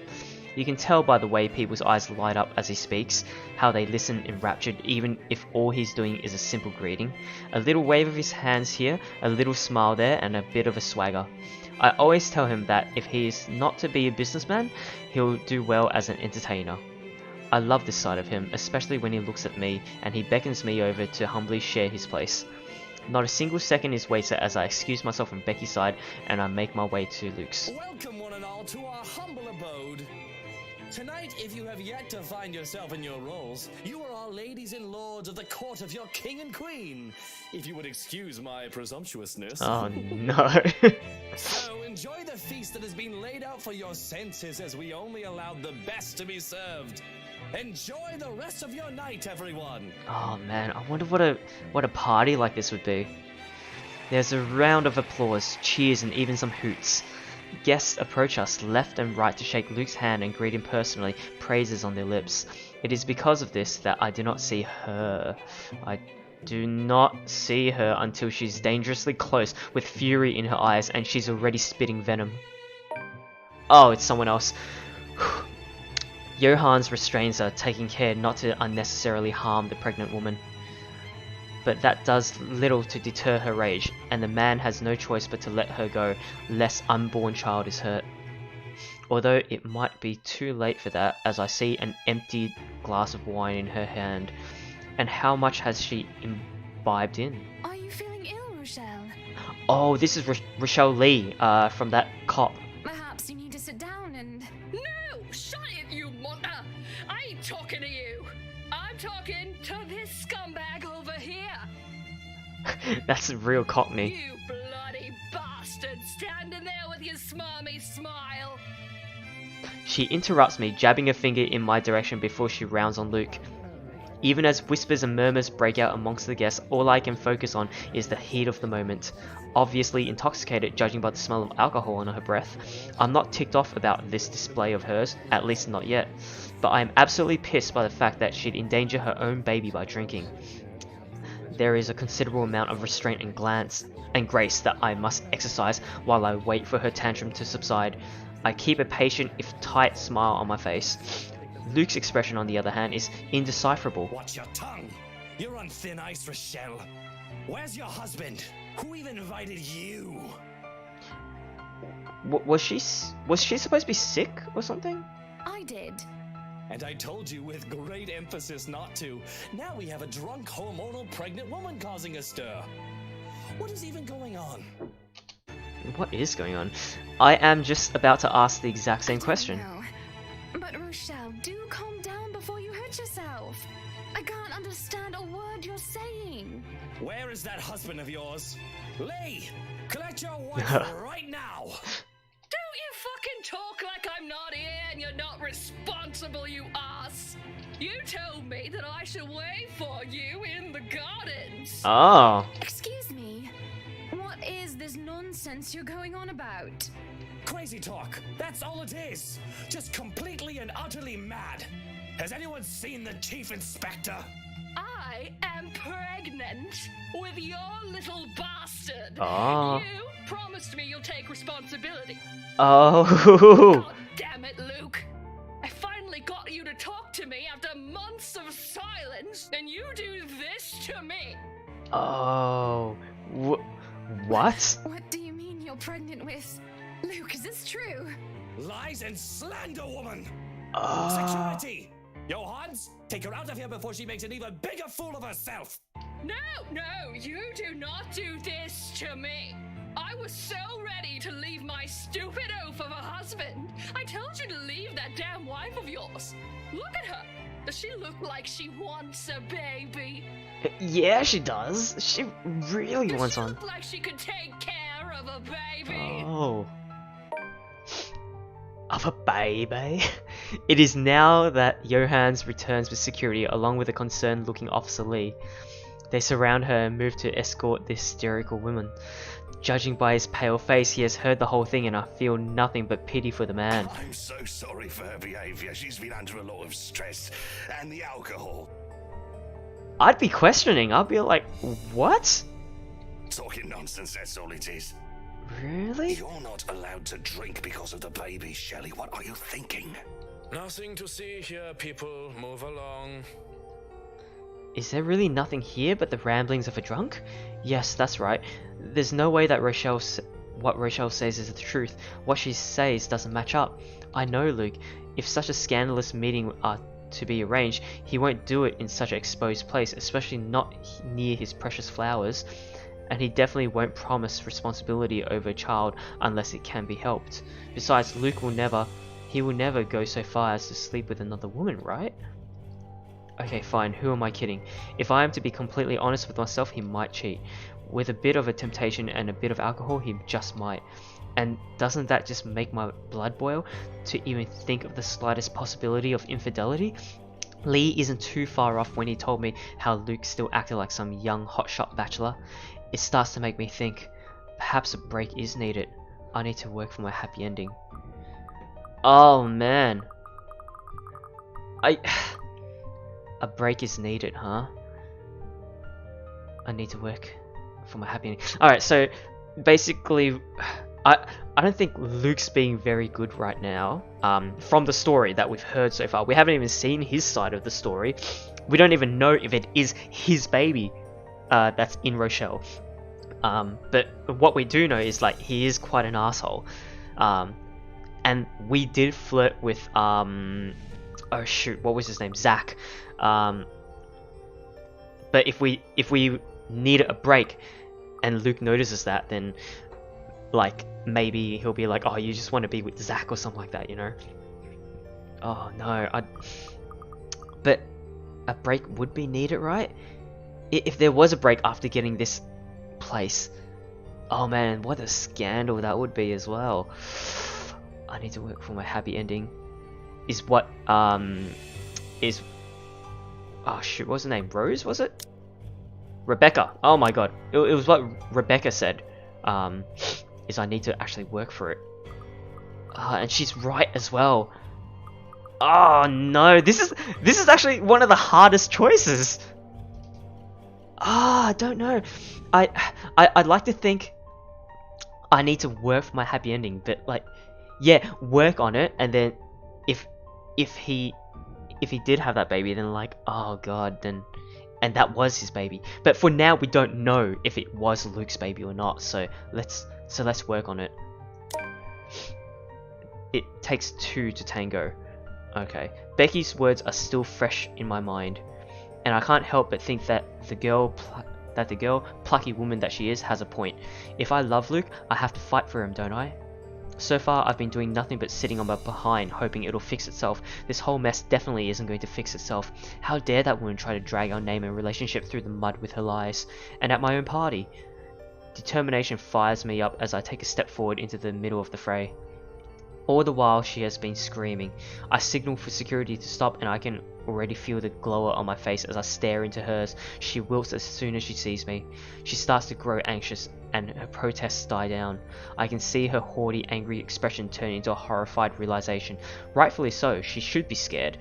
What is that thing they say again?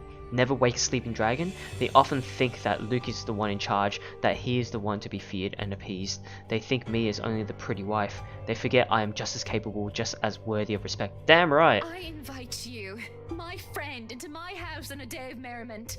And you insult my name and accuse my husband of infidelity. What have I ever done to make you treat us with such disrespect?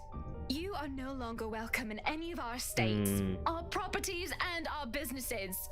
And we will no longer patronize yours. Now, escort the girl and make sure she isn't standing even an inch within our grounds. She looks devastated. Yeah, you fucking wrecked her. Reasonable. This does make her into a pariah, doesn't it? I should feel concerned, but I can't find even an inkling of mercy within me. I don't know what her plan was. I don't know what she wanted to make out of this. The money? Luke? It doesn't matter what she wanted. You won't show your face to me ever again if you know what is good for you, Rochelle. Take her away. Oh boy. Whew. The tension is thick in the air, and the silence that embraces the room is so set that one can practically hear a pin drop. Yeah, that's mood for ya. There are worried and almost fearful glances from some of the guests, but they all know this is well within my right. She is the one who started this whole dilemma. It just so happens that I'm the one ending it. As long as everyone hold their tongue and don't interfere, none of the consequences matter to me, especially when my darling looks at me with a different shine in his eyes. It almost seems as if he's proud of what I've done, and that spurs me on more than anything. Nonetheless, I still act upset because this does not change what just happened. He still has a lot to answer for, too. Yeah, right? Because even if the woman is lying, there's always an inkling of truth in every lie. So when I turn on him to say that the shock he displays brings me gratification is an understatement. Of course, there is no reason to make a husband and wife spat into a public spectacle. Some privacy will generate the least number of headaches and complications. Everyone is still far too busy in the ballroom, and most of the staff are still in the kitchen. A sharp glance at anyone who go through the doors is all it takes to make them retreat. I'm just imagining like the ghost is also there, just like, oh, whoa, god damn. The most private we can get without dragging Luke all the way to our bedroom is the foyer. And you, we are going to talk about this, Lucille Mitchell-Wright. Not now, but we will talk about this. Right, I swear that is not my child, no matter what that woman says. Do we believe him though? I mean, Hannah, darling, you believe me, don't you? Me personally, I do have my doubts. I believe that it isn't your child. But you never said that you did not cheat on me with her. We'll have a talk about that tomorrow, among other things. What for? What other things? About us, Luke. This isn't right, this doubting each other and not talking. That's why we'll talk. If anyone needs me, I'll be in our room. I'm in no mood to be talking with anyone about anything, especially nosy baggers who have no business with any of it. Oh, that's the party. Should I be worried? Scared? Yes. Because you know threats do not work with me, Hannah. None of those. You should know I'm not your enemy, Luke. I need rest. That's all. Of course, you must be so tired. You've earned some peace. I'll take over the party from here. Good night, love. Good night, Buttercup. Sometimes I forget that leaving Luke to handle a party is a horrible idea. Ooh, boy. Because come morning, the dining hall is a mess with a few of his drunk friends sleeping about. At least a dozen men and women are scattered about, sleeping like they are in an alcohol-induced comas. What a party! Even Officer Lee is there, sleeping off the effects and still clutching a bottle of a 1998 Jumilla. He didn't go with Rochelle, his wife? No doubt Luke has served some of his stores and absinthe. God damn, what a party. Judging by the faint burnt smell, they had set fire to the latter too. Neue Bohemian? There is only so much I can tolerate, as we have Johans retrieve every single one and get them a cab. And they are everywhere. At the table, on it, and underneath it, and some are even in the kitchen. Nap time is over, Kinder. Time to go. And oh dear, does this piss our valet, though he is still a man of silent fury. Although it is a little treat to hear him utter curses in German from the other room. I imagine Luke will be amused as well if it isn't his guests that are being thrown out. Instead, he's brooding in his seat, rolling a stalk of daffodil in between his fingers. He's energetic, and you aren't drunk. That, or you are getting better with handling your hangovers without your dog hairs. Should I be looking out the window to see if the sky has turned red and if pigs have started to fly? I am unfortunately completely sober, Hannah. And how does it feel not being hungover? Still miserable. It'll get better. Or so they say. You wanted to talk about something? You know, for once, I wish you were hungover. Maybe this isn't the best time for this talk. No, please. I do not like loose ends. Hmm. And this is a bloody ugly loose end. Then, first things first, I want you to be honest with me. Just between the two of us. Without others to impress. Without people listening in. Just you and me. Did you or did you not sleep with Rochelle Lee and got her pregnant? I didn't get her pregnant. But the thought of having a child with her? Can you just imagine it? Or rather, don't. I can already see it. It'll look like that ruddy pig boy from that Young Wizard book. I don't care about Once Upon a Time. What I'm asking is if you were with her the other night during my party. Him not showing up in most of the gatherings I've hosted in the past is nothing new, of course. The one I've had last week is no different. It's merely another thing I've gotten used to between us after things turned sour. But after Rochelle's outburst last night, I won't deny feeling the disappointment, the betrayal. What's done is done, however, though at the very least, I still want to hear the truth from him. She made me meet with her the night of your party. But I swear, I only agreed to go so that I could tell her I wasn't having none of it. It isn't my baby. I don't even think it's Lee's. Poor bloke. Oh no. I mean, I probably slept with her once. Oh no. We were probably incredibly drunk, but that would have been a long time ago before she was preggo. Are you sure, Luke? You're not making anything up or leaving anything out? Of course not. I swear it on my mother's grave. He swears it, he says, and as he hands me the flower with such tenderness, and I believe him. Well, if that's all you wanted to talk about, you shouldn't have made me worry. For the sake of my sanity and for the sake of our marriage, I'll pretend that you never said any of that. Are you sure you aren't drunk now? Haven't had a single drop and hating it. Would you like something to drink? Because I'm not done. I have something else to tell you. No thanks, maybe I will after this little talk you wanted to have. I already told you, and you already said you believe me that the brat isn't my child. I already spilled that I might have had drunken sex with her once, and you wish to wipe that off your memory. So do we have anything else to talk about? Because have at it, I'm all ears. You're pretty miffed for someone who just admitted to his wife that he's cheated. And you're stalling. I can tell that incident has you shaken up. So why don't you just spit it out and get this all over with? I'm pregnant. I knew it! I knew it! That was morning sickness, wasn't it? I fucking knew it. What? Come again? You heard me. You've got to be kidding, right? This must be some kind of joke. Are you taking the piss at me? Because woman, I don't need a second fake pregnancy. Instead of answering, however, I stay silent and let the matter of the facts sink into his head. His face heats up for a moment before he goes pale. He raises a hand in the hopes of asking for a drink, but the morning staff are still busy evicting the last of his inebriated companions. And he doesn't even bother to bark out orders, as if he's lost his very voice. Obvious, this is why you get rubbers, man. Actually, he looks like he's on the verge of hyperventilating. This is Hannah, darling. I need some air. How long have you been? 3 months. Ooh. And twins. We don't know yet if they're a boy or a girl or both. Oh. Good God! Twins! I'm going to be a father. Like, she knew about that they were twins, so and Luke wasn't even there to even like know about it. God damn! And it's been 3 months.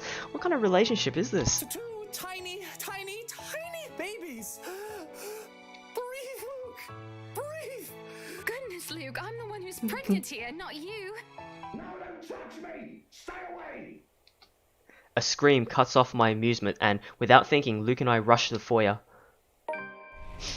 There stands a crazed-looking chief inspector, thrashing about as he tries to make it up the stairs while Johannes holds him back. What is going on here? Und tschüss. Servus, all the Schweinehunde must leave, including you, Chef Inspector. This one is very problematic and will not leave. No, you can't make me leave. I need to stay here for her. I need to help her. Oh, Rochelle? No. She's probably already at home, dearie. Or she might have already gone and skipped town. Who knows? Oh, for the love of... There's no point talking logic in him. What's the Lee, ghost? go home. You're drunk. Can't you hear her crying? Oh no. She was crying, just weeping and in so much pain last night. I couldn't help her. Drunk, sobbing bastard that I am. But my help. She needs my help. Tell your fucking stupid lapdog to let go of me, Luke. Or I'm gonna knock him down and I'm gonna knock the two of you down too. Language! I've already dealt with your wife, so don't make me deal with you, Lee. Or I swear I'll... Hannah, enough. Don't stress yourself over him. It'll be bad for the twins.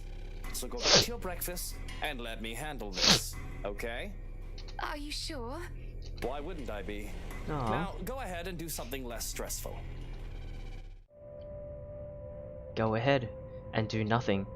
There isn't much to do, it seems, whenever I step up to the plate and try to take responsibility for something, perhaps because everything is already being handled by someone hired specifically for that job. And with Johans overseeing the staff and Luke handling everything else as a whole, that doesn't leave much for me. I can't even take the job of delegation because all it takes is a word to one of the senior staff and everything will be taken care of for me.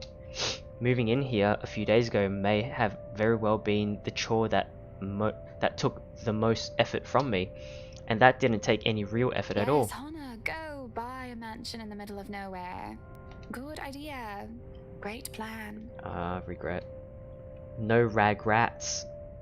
There are no dishes to set aside and busy myself with. Any mess left behind is now nearly non-existent. To sit on a counter while eating cake is supposed to be my next plan. That's a fucking good plan. Alas, there isn't even one to finish off, and I don't really know what brought me to the kitchen in the first place. Oh no. It's not like I'm craving anything else, nor do I have any unfinished business left here. But there's a calling to this room. Speaking of calling, why not do just that? Might as well, since I have nothing else to do.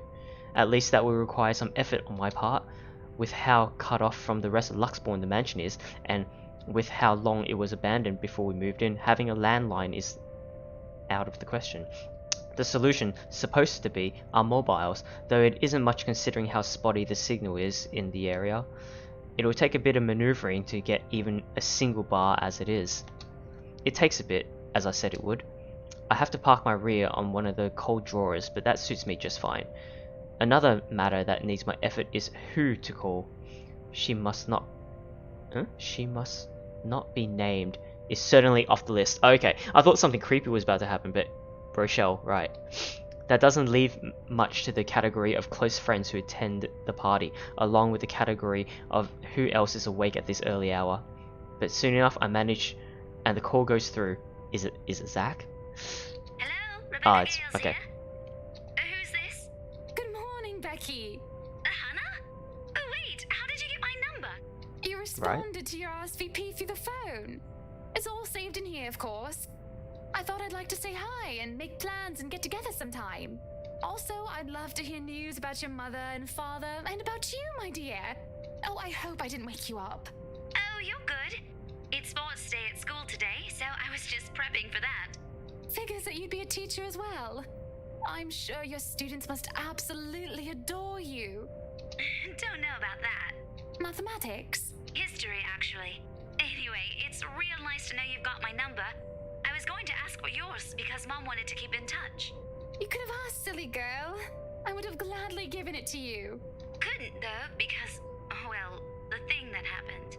But really, I'm sorry, though. I gotta run. School, schedule, stuff. Is there anything else you want to say? Don't want to use the mobile while driving. Oh, of course, of course.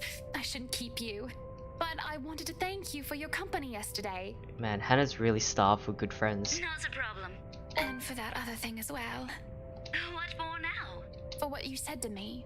With what had happened. It's been very helpful in... Oh. The call starts to go to static, much to my frustration. A strange clicking noise drowns out most of her words too. I doubt she can understand what I'm saying. And the line completely dies. I can feel a headache coming along. It's just building up, starting from a light throbbing on one side of my head. The static is gone and that helps a lot. But there is still that insistent horrible clicking. Again and again and again. Which doesn't make sense. The mobile's turned off, isn't it? And if it isn't coming from the phone, then where? Looking about, I can't help but let my eyes be drawn to the hatch leading into the wine cellar once more. That's when the clicking stops and I can hear that crying, that familiar crying from before. What happened the other day when I was told that nobody should have been down there? I tried to forget it because of how it unsettled me so. One can hardly do that when I'm looking at the very thing I'm trying to forget.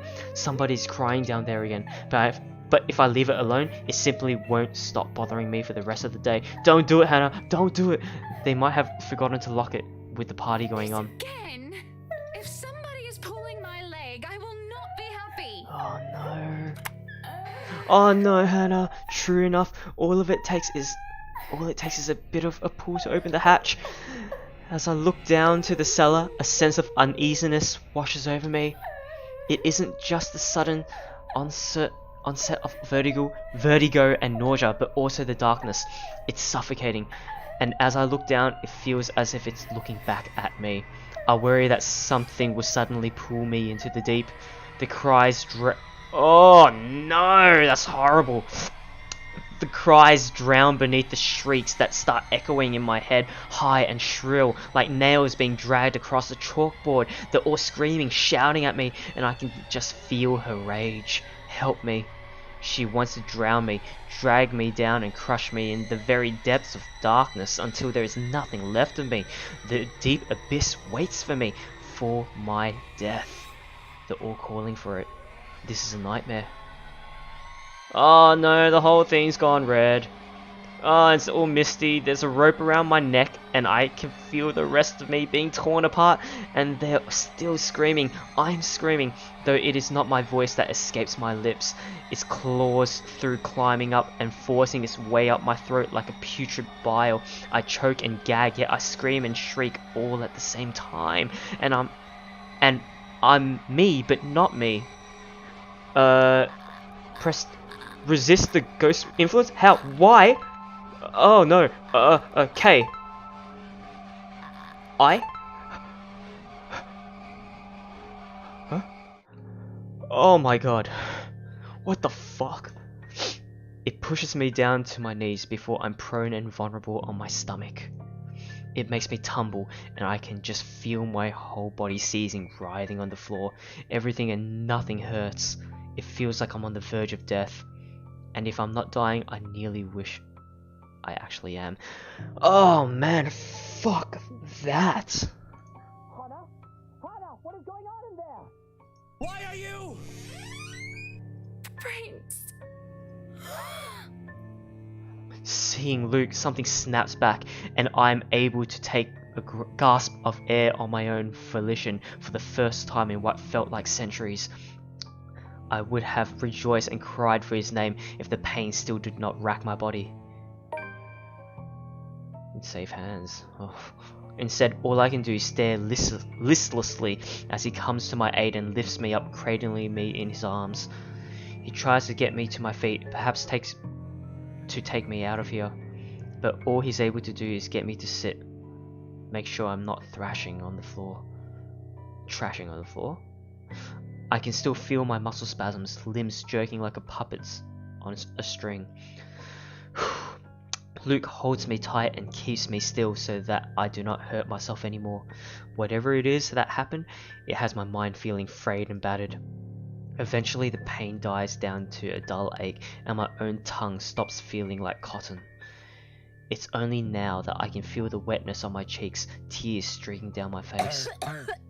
A coughing racks my body now that I don't feel like choking, and it just all feels so horrible.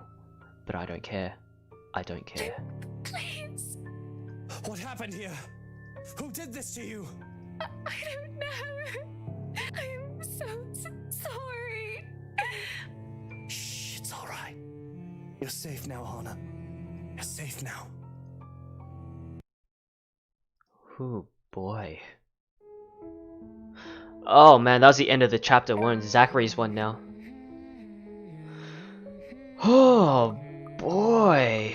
Let's save that. Oh. Oh man. Journal. Oh gosh. Oh gosh, where were we? Alright, well. What a trip that was, guys. What an amazing chapter. I absolutely love that. So we got more insight into Hannah's relationship with Luke, and the way they wrote it, the way that it was all presented, and the visuals. It was perfect. It showed that her relationship and her 7 years with Luke was not perfect at all, you know, and that you can work on it as a player, or you can, you know, saying like, nah, fuck this, like, I don't deserve this shit, like, I need to be my own kind of person, you know. It's such a good arc. I know I've only played Isabella's one, and now I've only played Hannah's one, but yeah, I absolutely loved Hannah's arc. That was really good. Oh man. Yeah, no, I would not stay in that house anymore if I was her. If that fucking happened, if I had fucking QTEs and shit of some ghost like coming to get me, I'd cheese it out of that house. I don't give a shit about that house anymore or how much it costs. I'd just be like, fuck it, burn it down. Wow. Anyway, I hope you all enjoyed chapter 2 of the letter. I'm sorry I couldn't speak that much. My voice is still a bit raspy, and I still have 5 more days of doing the letter as well. And I think that was the shortest chapter as well. The rest are gonna be a bit longer, if not the same as Isabella's or longer. So I'll try to preserve my voice as well for you guys. Anyway, I hope you guys will tune in tomorrow, same time, midnight, for the midnight channel, Australian Eastern time. And yeah, I'll see you all tomorrow night. Until then, bye bye.